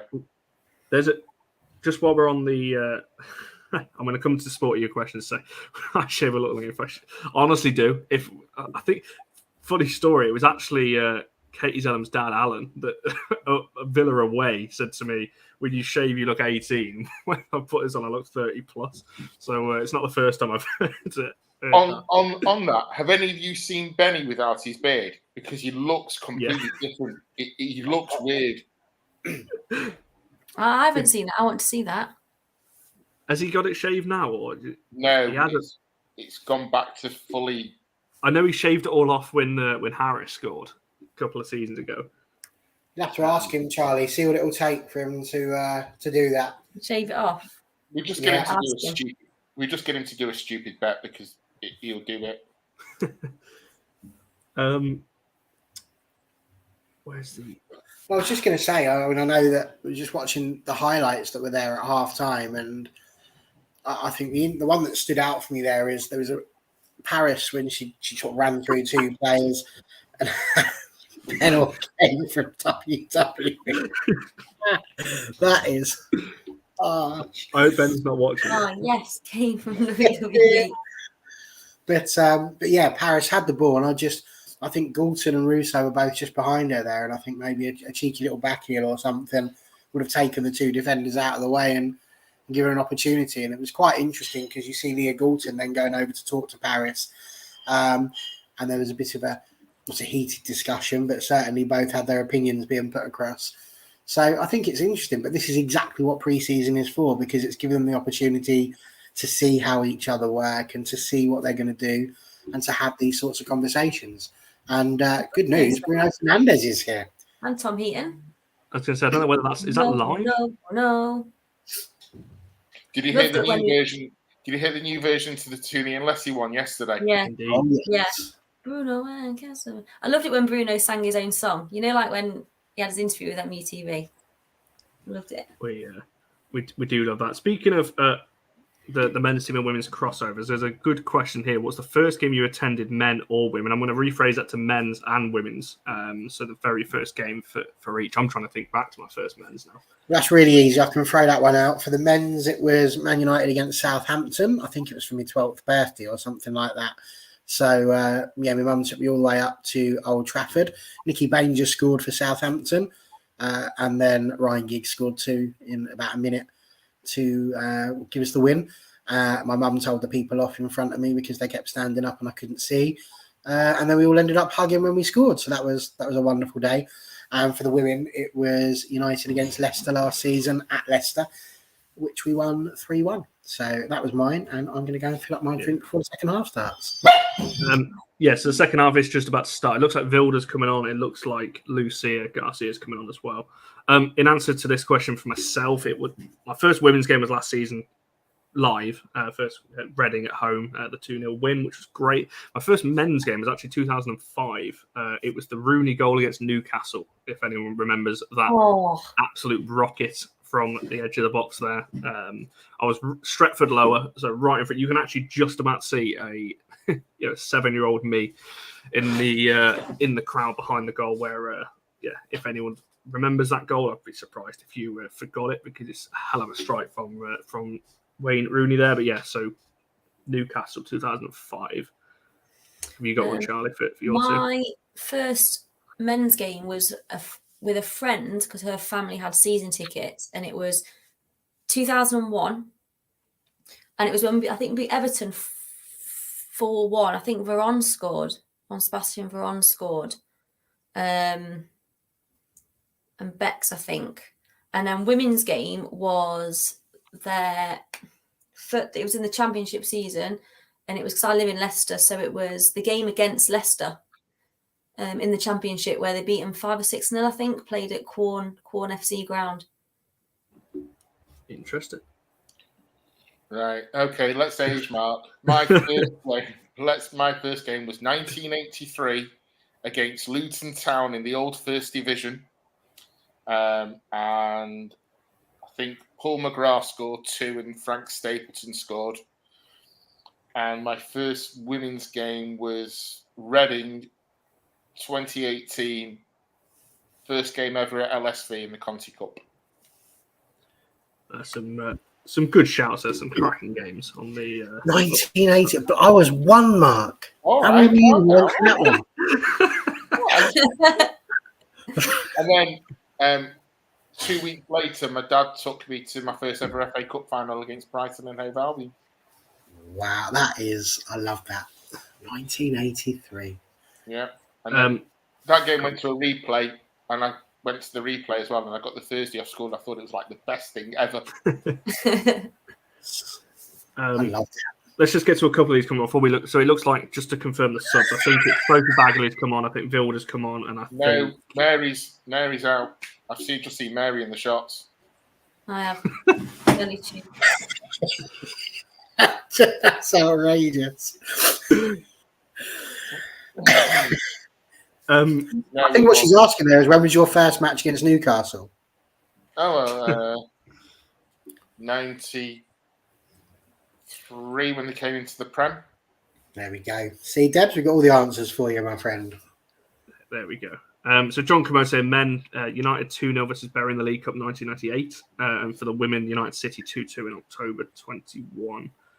I think it's all change in the midfield. Sorry, is it all change? I'm reading that it's Ladd, Jackie, and VBR in the midfield now. First match was Manchester Derby in the Conti Cup. That's not a bad one to miss under the lights. That was a good game. First ever women's game was a 12-0 away against Aston Villa. What else we got here? Debs, I think that was to you, Charlie, talking about the Leicester game at Corn 7-0. Shane, first men's game was at Middlesbrough at Old Trafford 0-0, and Van Nistelrooy missed a penalty. Yes, Charlie beat Everton 4-1 on that day. John was also there. There we go. First women's was a demolition of Villa. I'm assuming that was the 12-0 one. Sporty saying men's versus Newcastle, women's at Old Trafford. Leslie. Is Leslie playing the second half in flip-flops? That would be interesting to watch. Wow, I mean, she's good. She is good, isn't she? So, So Is yeah, Leah Russo's Clark as well? definitely coming off, and Zellum as well. So Interesting. should we try and confirm the subs here then? Because there's a lot's going on here. I don't quite know It's who's definitely coming on. Russo, Tooney, and Zelly off. Rooney, Russo, Zelly, and then it looks like Ladd, Jackie, and Vilda. I think that's who I've spotted. No, Lucia's come on as well, hasn't she? Jackie was already playing, love. Yeah. Oh, it's in the middle. Sorry, it's Lucia, isn't it? It's Garcia's the one that's come on. Sorry. So Ladd. Okay. I was just thinking about the midfield there. Keats has gone down the middle, I think, it looks like to me. Does look like she has. Yeah. So we got Garcia out on the right. We got Vilda playing as the 10 role alongside Jackie, Ladd just in behind, and then Paris and Galton. Paris down the middle, Galton off the left. This will be good And to the see. second half has just kicked off for us. We got another shout for firsts here. First women's game, Liverpool away in the Conti Cup. First season, first men's game, Old Trafford, 1999 versus Juve in the semi-finals. I'd love to have been like for your first. I'd love to have been at the Juve away game in '99. I think that would have been just something else. But all good shouts in the comments for first ones. Just while we get over to halftime, make sure you're liking the video and subscribing as well if you are new around here. Like I said, this is probably, we said this last time, but this probably is going to be the last watch along for a while now with the season upcoming as well. So any more questions? We've enjoyed looking at some of these comments today, as we did on the last one. Make sure you get your questions in. What we got here? So we got a throw in on the left-hand side in the attacking third at the moment. 1 minute into the second half. So in Ian's thing, the semi-final of '99 against Juve, that's my best ever away game. It's better than the Champions League final. Controversial, I know. Well, it was an unreal match, to be fair, because we were not expecting to get through. And I know that Keane does not like it when we all say that, but it was a proper captain's performance from him as well. Ooh. The run to the final was just something else. The group was ridiculous that year. It was Bayern, Barca, Bromby, and that was it. It was all. It was some great away days. Glad I did them. However, that semi-final, we had to play Inter Milan as well in the quarters. I mean, people really underestimate that Juventus side as well. I mean, just stupidly good team. So Ian just put this one on. I've got to say, Ian, I don't know if you've ever seen, especially me, trying to host anything off of my... Go on. Got to see it with the ball. Oh, I just couldn't quite... Just hit it, somebody. Oh, nightmare. Yeah, go on, Connor. Just tell people what happened there, because I've forgotten already. Yeah, so Millie Turner kind of broke out from the back, played out to the left. Good ball in by Hannah Blundell off the left-hand side. It's kind of bobbing around a little bit, and Garcia just can't quite get the shot away. She's kind of dragging it back, pushing it forward, dragging it back, pushing it forward. Can't get the shot away. Gabby George does well there, doesn't she? I think just doesn't give her a second of, doesn't give her any space at all. That's what I mean. They defended well, Everton.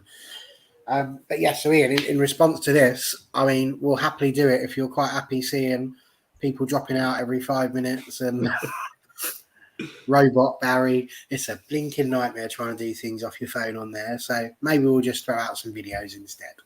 100%. Vincent, you've actually thrown something out there that I was actually going to ask as a conversation point. You said worst stadium you've ever been to was the Nou Camp the best stadium you've been to. Hang on.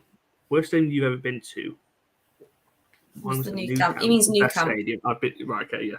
That was actually going to be one of my questions to you all. The best and worst ground you've been to. That's not obviously you can't pick Old Trafford for the best ground you've been to. So best and worst. See, I can't help but associate it with how it felt when you're there. So in my head, instinctively, I wanted to say Wembley, but that was only because the Lionesses won the Euros there. So the feeling that I had when I was there was out of this world. But do you know what was a pleasant surprise? Brentford. Yeah. Brentford's ground was a pleasant surprise. Worst ground is going to have to be, apart from Everton's, that's not a ground, was just where Aston Villa women's play. They play at Warsaw's ground. Yeah. It's like a dump. Outside was a dump, I felt. No, I tend to agree with that. I think very briefly for me, I think worst ground straight off the back when I did Scunthorpe away. If anyone's been to Scunthorpe, is it Glanford Road or something like that, or Glanford Park? I don't quite know. I think it's something like that. But Scunthorpe is definitely one of the worst grounds I've been to. It's a proper old-fashioned stadium, but my word, is it? It's not great up there. Best, I don't even know. Without saying Old Trafford, I can't even think of a best one I've been to. Brentford's a nice ground. I didn't think Brighton was too bad either, to be fair.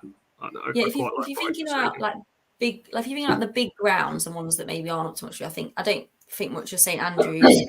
Or I've been to Roots Hall because my husband's from Southend originally, so I've been to Roots Hall where Southend play, and that's not up to much.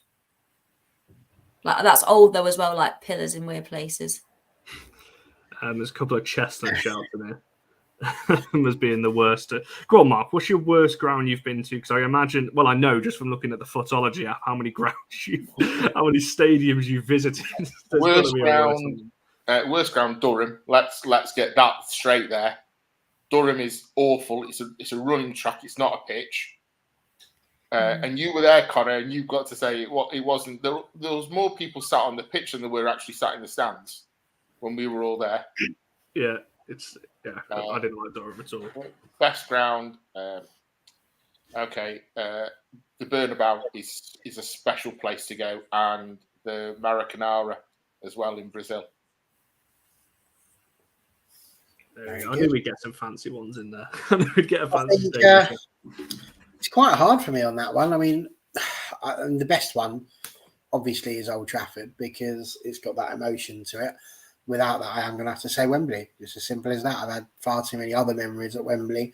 Although the Millennium Stadium was quite good in Wales as well. So that was quite a nice one. In terms of bad ones, I mean, I've followed non-league football. So there's been some pretty ropey ones.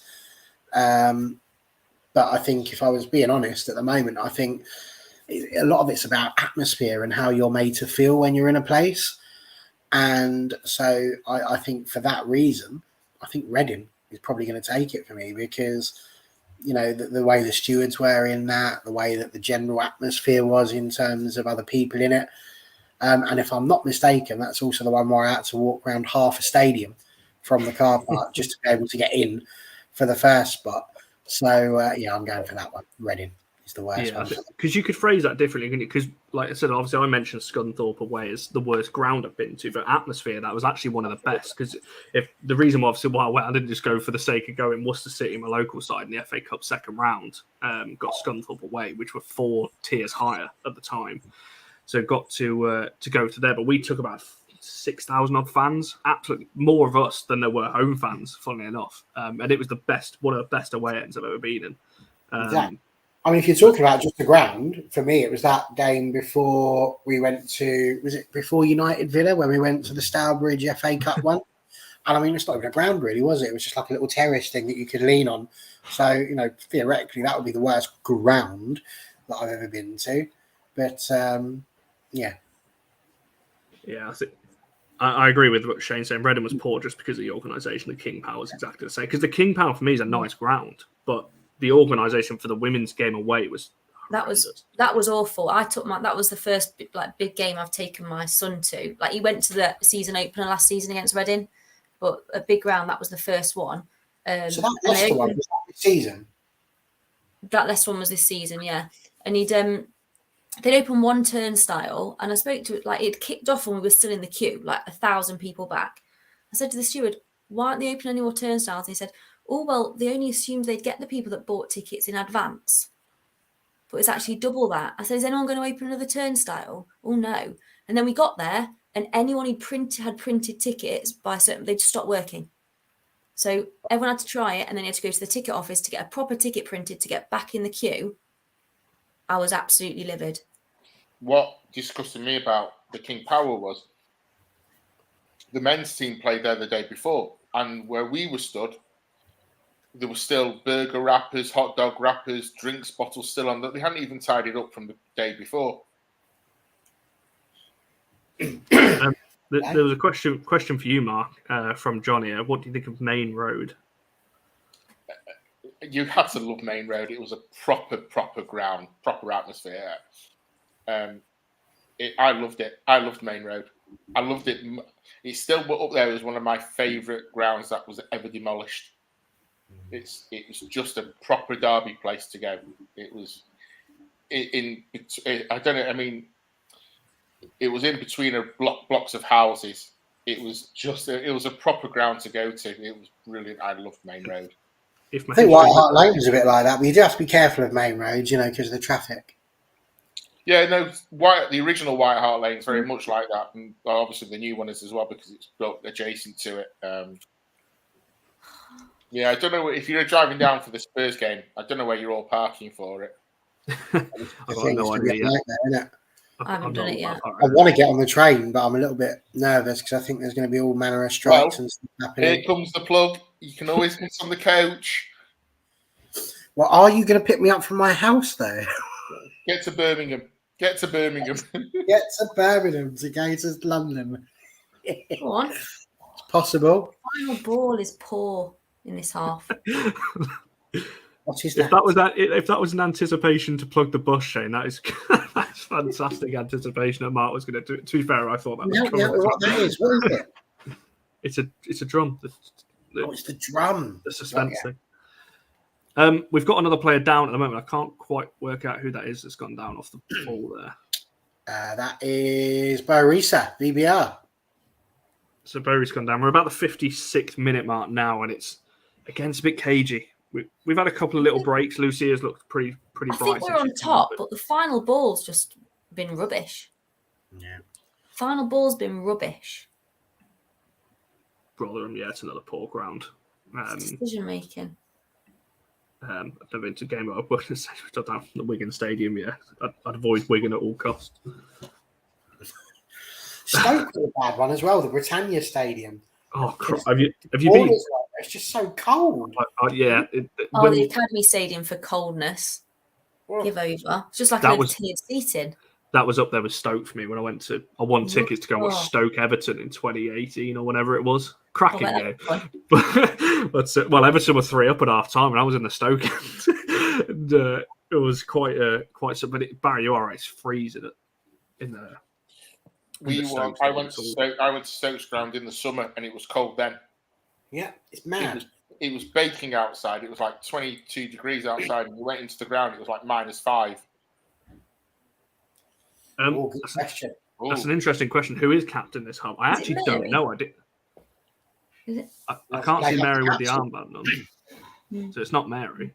Who are the designated? Like when it's not Zelly, it's Mannion, but she's not there. Would it be Millie, maybe?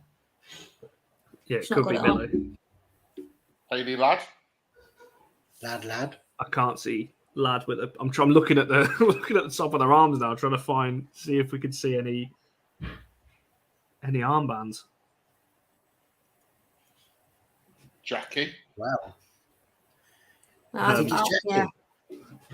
We'll come back to that question, Deb, when we find out the answer to that one, because I'm not actually too sure. It's literally never happened before. We've never had to look. No. Usually we just get away with briefly cursory glances, but we've actually got to do our job here and actually watch the game with full intent to try and find out who it is. I don't think it's going to be 5-0 now. I will just say that.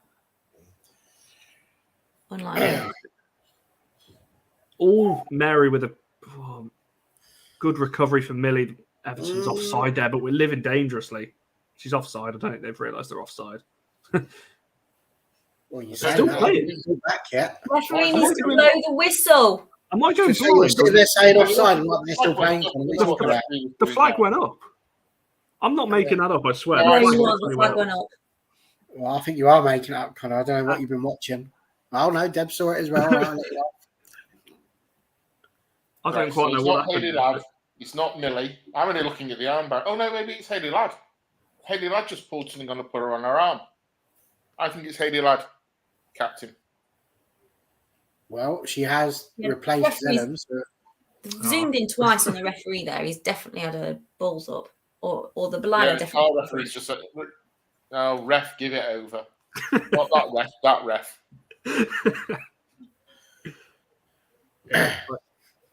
I mean, it probably wasn't offside. However, like I said, I called it because I saw the flag go up, and I just carried on playing, which was a bit strange. Secretly, right now, not off. Shane's now secretly texting Ian to say we're playing in red. Get on our side. Cycle speaking at the same time. Indeed, Max is Hayley Ladd as well. Yes, it must be. Yeah, I can't see it being anyone else, so we will go for that. We've got another player down in centre circle. I can't quite work out who that is either. Jackie just got head into her face, I think. Certainly seems to be in some discomfort. The ball was headbutted into her face. Headed into her face, sorry. It looked like.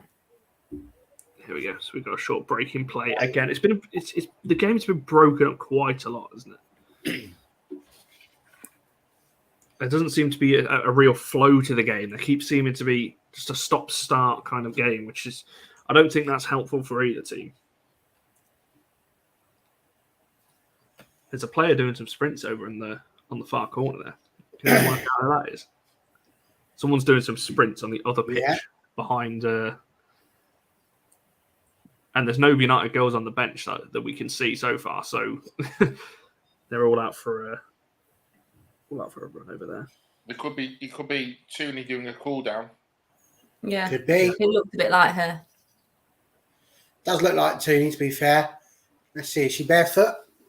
Or has she got her sliders on? That looks like Tooney's running gait, if you ask me. Yeah, it does look like Tooney. Well, Jackie's back up on her feet, which is good. And you would have expected, to be fair. It's just a shock, isn't it, when you get slapped in the face by a ball?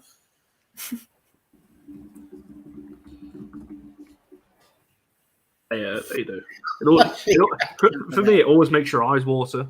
If you get hit like in the nose somewhere, like with a football, it just makes your eyes water. It's horrible. Yeah. It's not nice, though, when it happens. There's Mannion.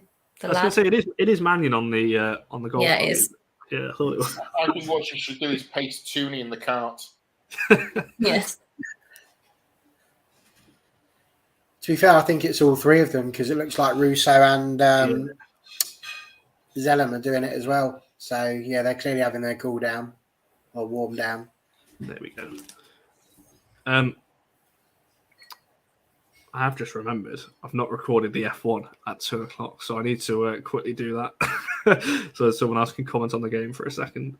That's absolutely outrageous. Tell me about it. There we go. There's not a lot of thing here in the football at the moment. Mary Ebbs has come out. And I'm the posh one, apparently. But we go. Nice to see Rebecca May in the background too. There, indeed. Indeed, you did, Mickey. You actually asked a question yesterday, Connor, and I feel like now is the time to bring it up again because genuinely, it had me scratching my head and thinking, yeah, what would happen? That's absolutely mad. Oh, yes. And it was during one of the matches yesterday. I can't remember the game we were watching. Southampton United. Right, so it's the Southampton United one. And after about 10 minutes, they did a minute's applause for, I'm really sorry, I can't remember who it was who died, but they were obviously commemorating someone, and there was a minute's applause. And you sent us that voice note saying, has anybody ever scored during one of those, and what would happen? And I feel like that's a really, I don't know, it made me almost feel like perhaps you shouldn't be doing these during matches just in case, because if that happens 20 seconds in, what do you do? How do you respond to that? How do you respond as a crowd? How do you respond as a team? That's why I put the question out there, especially if it's the side of the opposition. Obviously, if United would have scored during that minute, how do you react? Because it's not the players' fault. I do think, though, the players are aware of when that is going to happen. And because I've never, ever seen a goal through a minute's applause. I do think that somewhere in the players, you kind of see them passing it around the midfield a bit just for that minute to go. I don't know, Marky, obviously you've watched you've been to a lot of games and all that. Have you ever seen a goal in like a minute's applause? And what do you think? Like, what would you do if that happened? The worst one I've never seen a goal scored. The worst one I've ever seen is when John Terry, and on the 20, what shirt number was he? 21? Oh, 26. 26 on the 26th minute on his last ever game. All players stopped in the middle of the pitch and applauded. If I was in the crowd that day, I would have gone mental. Arrogance of that. Yeah. Is unbelievable. However, he's a massive United fan, but everyone's a massive United fan. So, yeah, I mean, see, this is what Ellie's put here, and actually, I don't think it would be, but it gives me shades almost of, was there a Leeds game where they'd conceded a goal or they'd scored a goal, when somebody was down, so then they ended up letting somebody else score. I mean, you wouldn't do that, would you? But it It's like you just not celebrate. That's a really, really interesting one.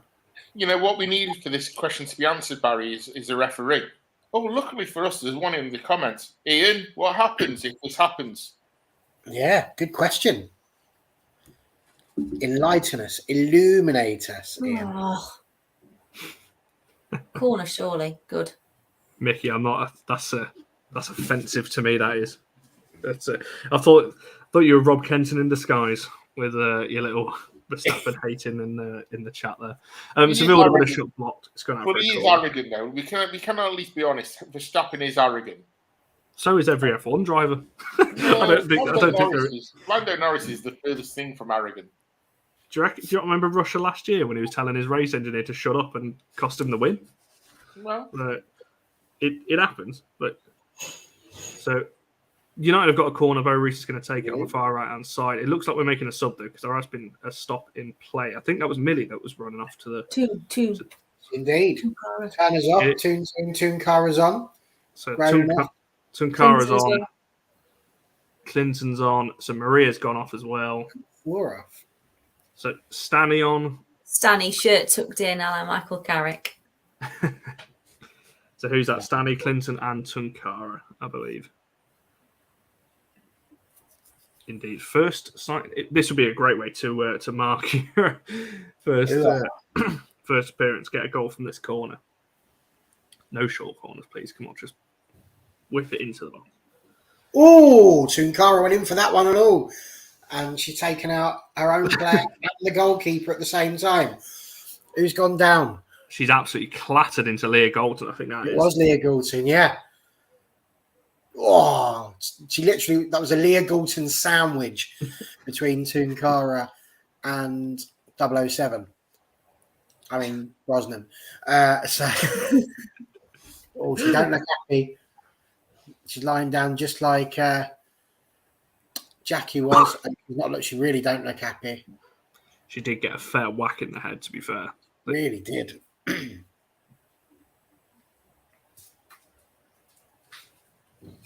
So we've got another break in play. So I'm not liking this kind of breaking it, but I think that's why we're still at 0-0 coming up to the 70-minute mark, because it's just... Is that Martha Thomas? It's been a stop-start, hasn't it, this second half? Yeah. Not really got going. So, yeah, Martha Thomas has come on as well. Sorry, the question was, Ian, if during a minute's applause for the young girl that was tragically taken too early from us and someone scored, what would happen? Yeah, how do you react to that? Like, and I've missed all the subs. So Millie's come off, Thor's come off. Who else has come off? Paris. But how many? But 4 players have come on. So who's the? Yeah, that's what I'm saying. I don't know. Clinton, Tunkara, Thomas, Stanley. Yeah, I mean, I don't think there's any doubt when it's a goal. You can't stop it because it's nothing to do with the play on the pitch. But I think it's more the crowd. I don't think would appreciate. I can't even imagine. How do you react to that as a fan base? You know, if you're all sat there trying to just carry on clapping until it's supposed to be over, the etiquette is unclear, I feel. So I think just back to the game, looking at the team, I think has Leah gone to fullback and Maya's gone into the centre, because Stanley definitely came on. Thomas has definitely come on. Is Hannah not still on the pitch? She is. But I imagine Hannah would still be at left back. But who's playing centre half then? Because Maria and Millie went off. Could it be Ladd? Has Ladd dropped back in? Potentially. Just seeing Tooney and Turner's just Millie on the bench at the moment. Staff. Stanley's definitely playing up. She looks like she's gone back into that wide right position she's been in for the last few pre-season games. Indeed. He is a focal point in the middle.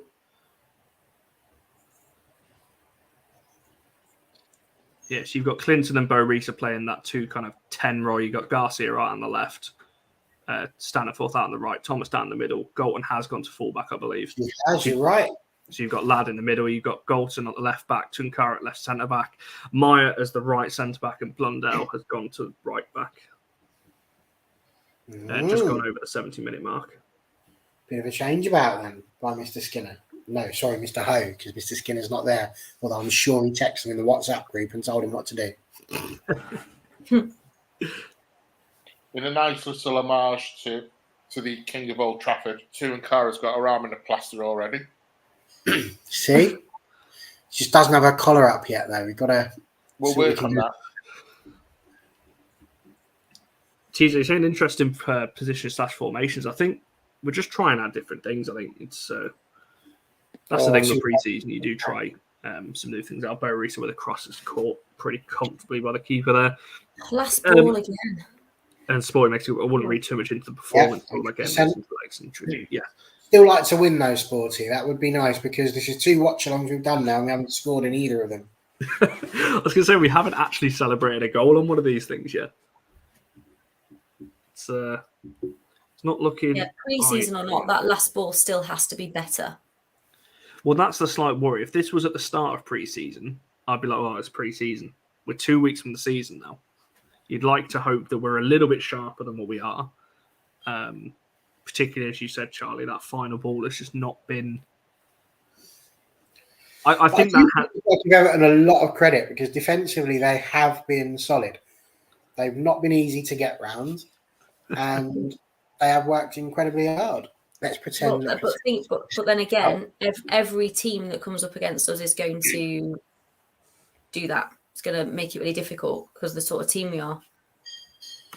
So Bo Reese, if we get to the end and we haven't scored, then yeah, all right, we will. Just so we can say we've done it. So it's an Everton goal kick at the moment, 72 minutes in. So I never thought of it like that, Barry. Yeah, we haven't celebrated a goal yet. All full of useless rubbish. All nice pressing here from the top. Everton played out well. They've done okay, Everton, but I agree with what you're saying, Barry. I do think we have to give Everton a little bit of credit, but I would have thought we would have... I don't know. I think the final ball's just been a little bit off for me. But like I was going to say, I don't think it's helped by the fact that the game has been so stop-start. Oh, I mean, I know I said at the very beginning our passing has been crisp, but it's now gone from crisp to uncooked. Yeah, it's raw. It's a raw spud.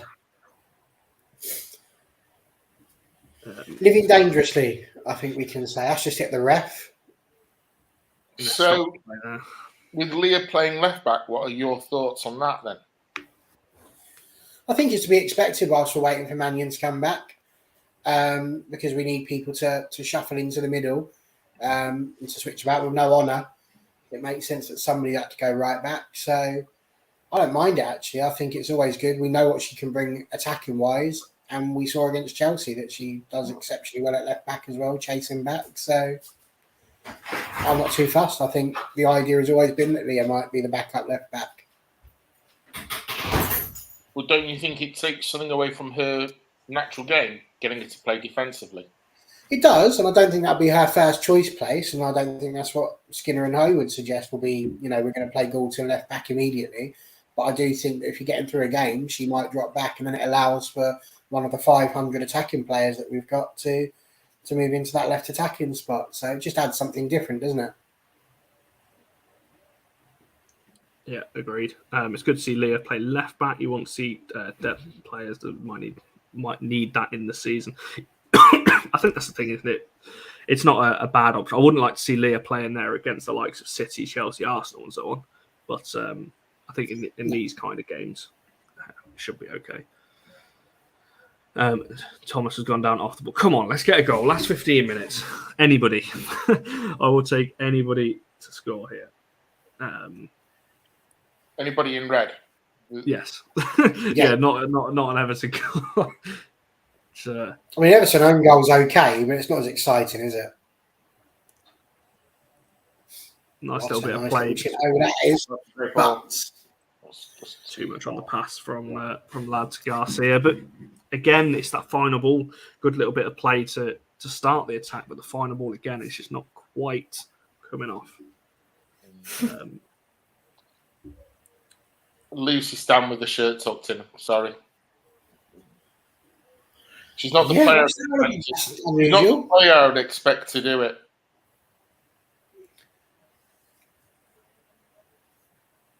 You don't tend to see many tucked-in shirts nowadays. No, Leah Williamson is obviously the very famous one. And that's also a fair point. Like I said, in the league, it's a red. But Just 100%. I mean, I still believe. I don't know. Ian's the, as we said, the referee.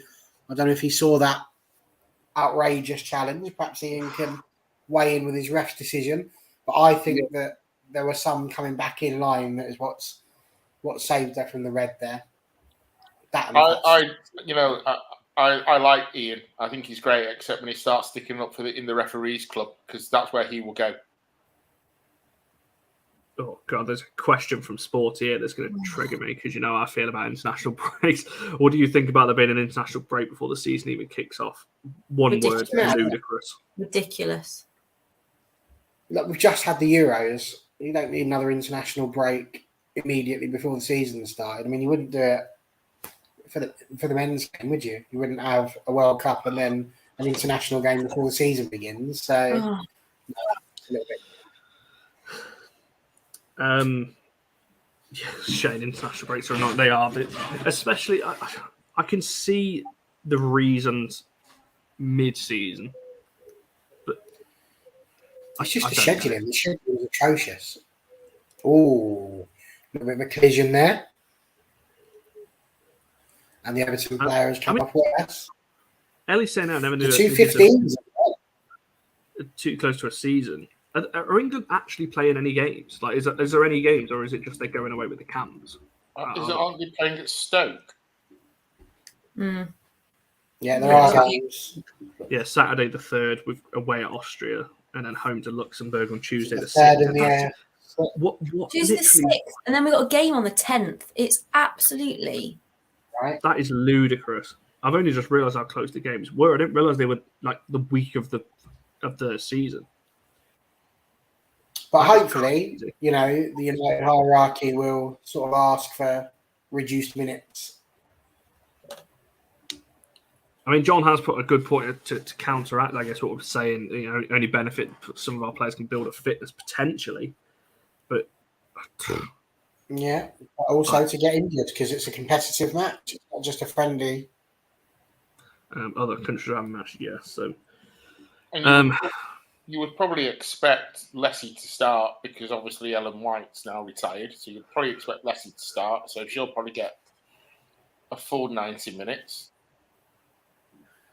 So does that mean if Leon is going away, obviously with Canada, Tunkara with a risky back pass, Mary just gets it away? What are we doing? Nice little interception from Bo Risa. What a ball that is! Go on!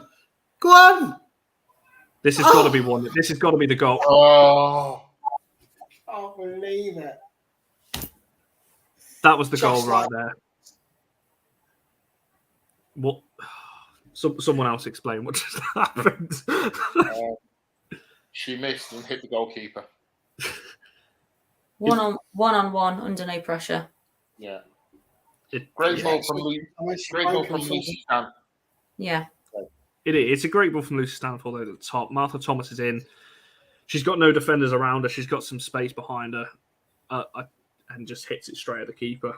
Again, I think that's the rustiness. That's the final ball shot that we're talking about. We've been speaking about all game. This was the same the other night. It's something we need to work on for sure, and definitely the coach. And that's the best chance of the game. Best chance of the game. Indeed. We're stepping up the tempo a little bit, though. 10 minutes to go. So we're breaking forward a little bit now. Those are the ones we have to convert, Connor. Another ball over the top. Thomas down the line. Yeah! Finally! Come on! We can celebrate. There we go. Shane, we don't need you. Let's pretend we finally got one. Lucia Garcia, I think that was. Finally. That was all the pass. That was all about the pass from MLT. And it's a beauty right over the top. out towards the left-hand side. Maya's pass there. Switch Thomas play. across the front. Garcia slides in. Wonderful. Gets in Take front of that the last one, David. defender. Boom. Finally. Right, 4 more to go. Yeah, it's Thomas with the ball across, Garcia with a nice finish. Really into good the goal. bottom Really right well there. worked That's it. goal. Who played the ball? Was it Lionesses? Yeah, that played that pass MLT. over the top. Maya, yeah. Maya. So we're coming up to That's the one that Galton was telling her to play when she was in trouble in the first half, when we said that she got caught out at the right back. And Galton was saying, get that ball across the field, get the diagonal in. That's exactly what she's done. See, listen to LG and all's good. there we go, Shane. Martha's a better bet on the wing, isn't? Oh, better bet on the wing than. Yeah, I think the pullback was really good across goal there, and Garcia did really well to get in front of the defender first, and that's all she had to do, really. Just very briefly, can we have our 4 nominations for Player of the Match? I'm just going to stick the poll in the chat. Who does everyone think should be on this poll? I'm struggling to think of 4. I've got to be honest. I think Maya goes on there again. Another chance. Thomas is offside, I think. Ref is blowing for something. I think first half, I think you've got to put Zelly in there. Yeah. Yeah, she played well and had some. But other than that, I'm struggling, to be honest. Harris showed good movement. I was going to say, I don't really know. MLT's been. Lucia's got the goal, hasn't she? Lucia's got the goal, so. I'll stick Lucia in it just because she's got the goal. I'm struggling for other. So I've got Maya, I've got Katie, I've got Lucia. We need one more name to stick. Didn't see too much wrong from Millie while she was on as well. That's a good shout. Yeah. To be fair, she came back, did everything. It's like she'd never been away. To be fair, her first game back. Yeah, I'll stick Millie in there. I can see your comments, Ellie, talking about Russo and Paris. For me, I just don't think they did too much when they were on, unfortunately, to go for player match. So I'll quickly stick this poll in the chat. Make sure you get your vote on there. So just whack that in. So, just interestingly, just throw this one out there for you now, because you know we've launched the prediction league that we are hoping to run here at All for United. So, just to help everybody out here, Connor had obviously gone for 3 1s. As it stands, he would have only got 1 point, because if it was to finish 1-0, there you go. He's only got the 1 point, because that's all he's got. It's just the 1 point for the win, because you didn't get the 3 or the 1 correct. Not 2. No, you can't have 2, mate, because you've only got one thing right, and that's the fact that United are winning. It doesn't say 3 in the United side. It doesn't say 1 in the Everton side. Yeah, so I'd get 2 because United are winning, and I said 5-0, and Everton have got 0 goals. I got that right. Yeah, I said 3-0. So I'd get 2. Oh, yes, you did. Sorry, I thought you said 3-1. Yes. Yeah, I was going to say you were confusing me there. I swear I didn't predict Everton. Yeah, no, it was me and Mark that went for the 1. So fair point. Yes, you would have got 2 as well. Mark at the moment would actually be on 3 points because he's 2-1. You've got the differential of 1 goal there and the correct win. So, yeah, and it would be me, who would be stuck with the lousy 1 due to the fact that I had to go 5-1 because Charlie stole 5-0. So, cheers for that, Charlie. Appreciate that. Interestingly, we seem to be playing the long ball quite a bit with a lot of because we've got some decent pace down the side. Reckon that's the way we're going to go during the season? It's an interesting shout. I like it. I think if you've got the passing range. Yeah. And we actually do have some players who can do that. No, TJ, we haven't started it. I was merely using this as an example for the watching masses so that they can understand how it works live and in person rather than just reading it off of the sheet. I'm going to go back through the comment. I'm pretty sure Mickey did say Garcia's going to come off the bench and score. Which is brilliant. You don't, but if you ask really nicely, Charlie might be able to send you some buttons in the post. Give me a chocolate, just ones off old dresses and stuff, but you know. I'm going to try and find Mickey your comment because I'm pretty sure he did say that. Good luck with that. Crikey, that's the goal that well, we got. he did say Russo with 2, but there's the comment, and Garcia comes on and scores. So There you go. didn't Well get the done. first bit right, but you did Connect get the that back second. pass again. But yeah, what are we up to now? 5 minutes towards the end. We're not going to spend too long after this game because it is a bank holiday Sunday, and we have. I've got the F1 to watch, but I know other people have got other plans for the rest of the Sunday. So we are going to wrap up pretty short after full time on this one. I'm just checking the poll to see where we're at on that one. Looking like Maya Letitia is pretty far out in front at the moment on that one. Charlie, I'm going for your title. Good luck. I was thinking this when Nice to have a challenger, not like last time. Just trying to say we weren't very good last time. Yes. it's certainly going to be good this time around because I was thinking this the other day, Barry. Well, obviously, there's a lot more games, a lot more points on offer. So and a lot more people. We've got 41 signed up so far. 41 people, which has ensured that both Connor and I are going to have to resign from our jobs and take this up full time. But we're looking forward to it. Get more in. Get your friends involved. It's certainly going to be a lot of fun. And as we said before, there's no entry fee. You don't have to pay anything to enter, but we are going to be doing a giveaway for the top 3 as well, which is very exciting. So why not? Like I said, it's free. You just have to send us 6 scores every week. That's it. It's as simple as that. So no, we're looking forward to that one. As we said, Barry, it makes you keep an eye on games that you otherwise wouldn't really care for, which is always fun. And it just adds a bit of excitement to it. So, we'll see how it goes. It might get bigger and better next year. It might never happen again. But we shall see. What's all this F1 hate in the chat? Well, I mean, I would definitely rather watch the F1 than that ridiculous boxing you were watching yesterday. But there we go. Oh, we're not going to get into that. that's a topic for another day. Isn't F1 all about which team has the best? I mean, yes, in theory, but it doesn't always work. It does take a lot of skill. I don't know if you've ever been go-karting sporty, but it's a lot harder than it looks. You think to yourself, "Oh, it's just driving around." It's really not. Great goal. Come on. Oh no! Oh, Wow. is that Clinton and Garcia? I think I've just ran into each other on the board. Everton are breaking down the middle. What a save! That's a great save. Down to her left, and she collects the ball as well. Charlie couldn't watch.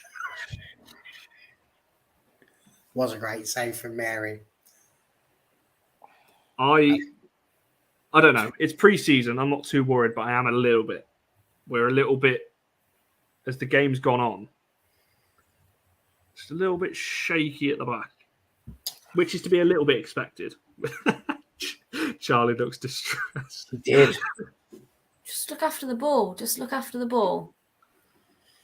I feel like this is an interesting one.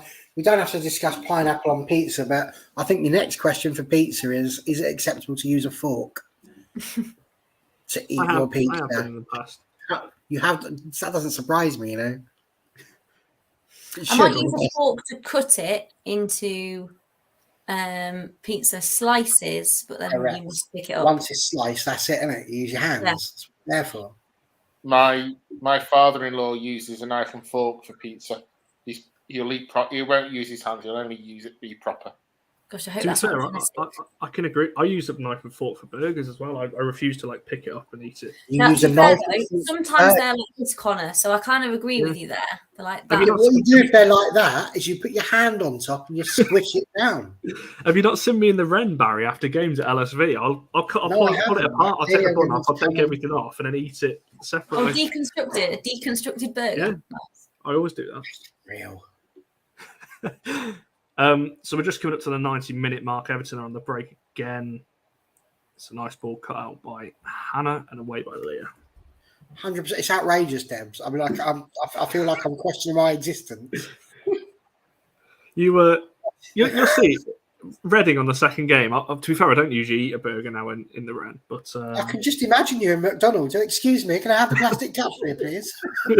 I cannot possibly pick up this quarter pound of cheese without using your plastic knife and fork. I don't do it with McDonald's because I think Great ball. certainly Come on, not. Lucia. Oh, nice run from Martha. Do you know the one thing I will say? Lucia down the middle. I quite like it. I quite like it. I quite like the run she's making through the middle rather than coming in. Why? I think you're laughing at Nicky's comment. I don't think I want to bring that up. Absolutely roasted you. Harsh. Possibly true. I'm going to be sacked from this at some point. Deary me. I've never heard of such stuff. I'm sure Martin is shouting that from the touchline. We're just coming up to full time now, and I think that is going to wrap up a 1-0 victory. I'm just going to quickly get the poll up just to see who was about ref's whistle to the mouth. And there we go. We saw a win. Dulcet tones. We have a win and a goal on a watch along. We are 1-1. There we go. I was trying to find the poll, wasn't I? Before we look to wrap this one up. Maya Tissy on 53%, Katie on 12%, Lucia on 12%, and Millie Turner on 24%. So Maya does win today's All for United Player of the Match. And like I said, this is probably going to be one of our last. Well, it will be our last watch along because, and there she is, the famous. I'm sorry. Of all the things I've ever heard, cutlery with a burger. What's wrong with her? No, the question is, what's right with that? And the answer is nothing. That is the behaviour of somebody who needs to be assessed. That is on a par with people who don't like melted cheese. And you know what we think about them? I'm sorry to say it. No, I think your life choices need questioning right now. I'm going to purposely order a burger in the Wren now at Reading and show you. Because I won't be anywhere near you. Actually, after that comment, I don't think anybody else will either. He's just sat at a little table by himself, napkin here. Oh, we're going to tuck it with his in. knife and fork. Oh, no, it is the kind of behaviour that really should make you question your choices. You see, there isn't one person, Connor, who's saying I'm wrong. Honestly, I could run an entire campaign just on this point alone and be voted in. Okay, so look, let's not over-egg the pudding, but no. You're missing out. You're missing out. You don't get it all over your hands. You don't need you just cut it off. Smaller pieces. I'm not helping myself here. When you say you're cutting it up into smaller pieces, surely it's the same size height-wise. Well, no, you deconstruct it because you take the bun off the top, you take maybe the burger out, and then you like take a smaller piece of the burger, a smaller piece of the bun, smaller piece of lettuce or whatever, and then you eat it on the floor. But then you're obviously only eating one half of the bun, so you just end up with like half a bun. No. It makes no sense what you're doing. No. I will. I will show you at Reading. At Reading, I will order a burger just for this, and we'll. Eric Cantonal's just turned up on MUTV, and the look of disgust that he's got about this conversation is unreal. It's like, oh no, I cannot believe that he says this. No. I will just shout out Joe very quickly because he has very nicely dropped a load of comments on a lot of YouTube. I think you've been going on an AFU binge watch. I think because you've watched a lot of shows where you can drop a lot of comments. So thanks for all your comments. Some things work out. Oh, our dog's off. 1 minute. Crikey. So appreciate your. This is what watch-alongs do. They expose people, and I've been exposed on the tonight, so I should have just kept my mouth shut. Cheers, Ellie, for joining us.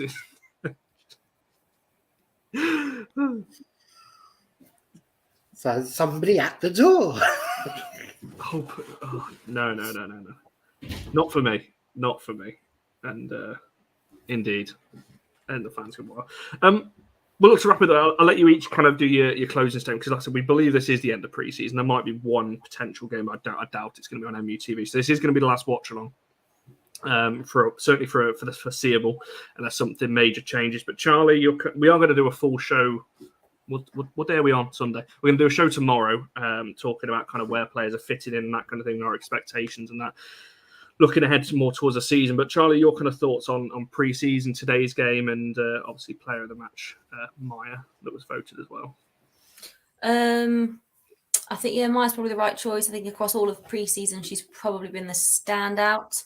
Today's game was a bit all over the place, really. Some good patterns of play, so some excellent football was played at times, but obviously clearly still things to work on. It's not you carry on. I'll bring up Shane's point in a second. Clearly some things to work on. I'm still a little bit worried about the lack of goals across the board, particularly when we brought so many forwards in and there's still a lack of goals issue, but we'll see what happens when the season starts. 100%. And before I come to Mark and Barry on their closing thought, do you eat ice cream with a spoon and Coke over the night before? No, I'm not. I don't go that far. But I will. I don't like the way you eat your burgers, and nor do I like the way you eat your ice creams. But I will say about this channel, everybody has the right to have their own opinion and their own way of doing things. So fair play to you. Indeed. I may be one of a kind on that, and I will stand by that. But go on, Mark, with your kind of closing thoughts on today's game and pre-season as it comes to a close. I think pre-season as a whole, you've got to look at it in a positive way. We played 2 WSL teams, beat them both. We then stepped up to playing PSG and Bayern, which until we're getting to the Champions League, we won't be playing them for a while. So I think pre-season as a whole, you've got to look at it in a great light. I agree with Charlie. I think the goals right now is worrying, but I think once we get into the season and everyone is fit, it'll hopefully be very different.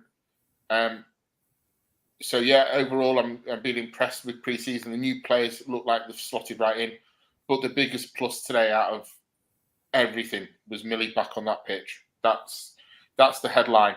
That's the result. We could have lost 2-0 today, but Millie being back on that pitch, it's the best thing we could have hoped for. No, 100%. And Barry, the floor is yours. You can wrap this one up for us.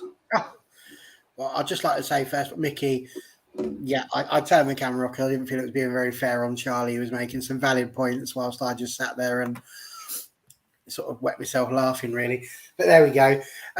Listen, pre-season I think has been successful on the whole because we've seen literally all of the new signings have now been on and had some time. We've seen how they're going to try and knit themselves into the team. I think, Skinner's got a lot of decisions to make now, and it's going to be really, really fascinating, as I've said time and again, to see how he's going to fit these players into their starting positions and who's going to be missing out. I think the next 2 weeks are going to be, really, really interesting. But we've played good opposition. All of the games have been huge. 2 WSL teams in Liverpool and Everton, and we won both of those. 2 continental games, which we won one of, and obviously lost the other. We scored 3, conceded 3. And the depressing thing about that is that 3 of them were in one game, so at least there's that. So defensively, we're not looking too shabby, I don't think. As Mark says, it's superb to get Millie back on the pitch. That's like a new signing, as Eddie said as well. So I think for me, it's really good. Really good effort, really good to see how they're going. We are going to have to be more clinical. We argued that getting all of the forward players in that we got was so that we could be more clinical at the other end and get more goals. I feel like that's something we're going to need to look for. But again, Leon still to come. And seeing how she would have fit into this particular lineup. So there's lots to work on, but that's the same for every team at pre-season. And I think it's going to be really interesting to see how we get on. I can't wait for Spurs. It's going to be brilliant. I absolutely cannot wait. It's going to be epic. No, 100%. And as Mark said earlier, obviously, if you still want to get to Spurs and you can't check out the MU WSC travel account or the main account, and keep an eye on the bus travel for that as well, for Spurs away. we'll wrap it up there. We're back again tomorrow, 7 o'clock, I believe, talking about kind of predicted lineups and that kind of thing, because there's been a lot of talk about that and where we think players are going to fit in for the season. Obviously, we're back throughout the week as well. Thanks to everyone who's watched. Obviously, today's stream, slightly earlier one, obviously, for us, but we did see a win, we did see a goal, so we're all happy with that. And it's all good fun, as Barry said, although I did get a bit roasted towards the end, it's all in good spirits as well. So make sure you like the video, subscribe if you're new, check out all of these 3 and the support's Twitter account as well. But for now, we shall see you guys very soon.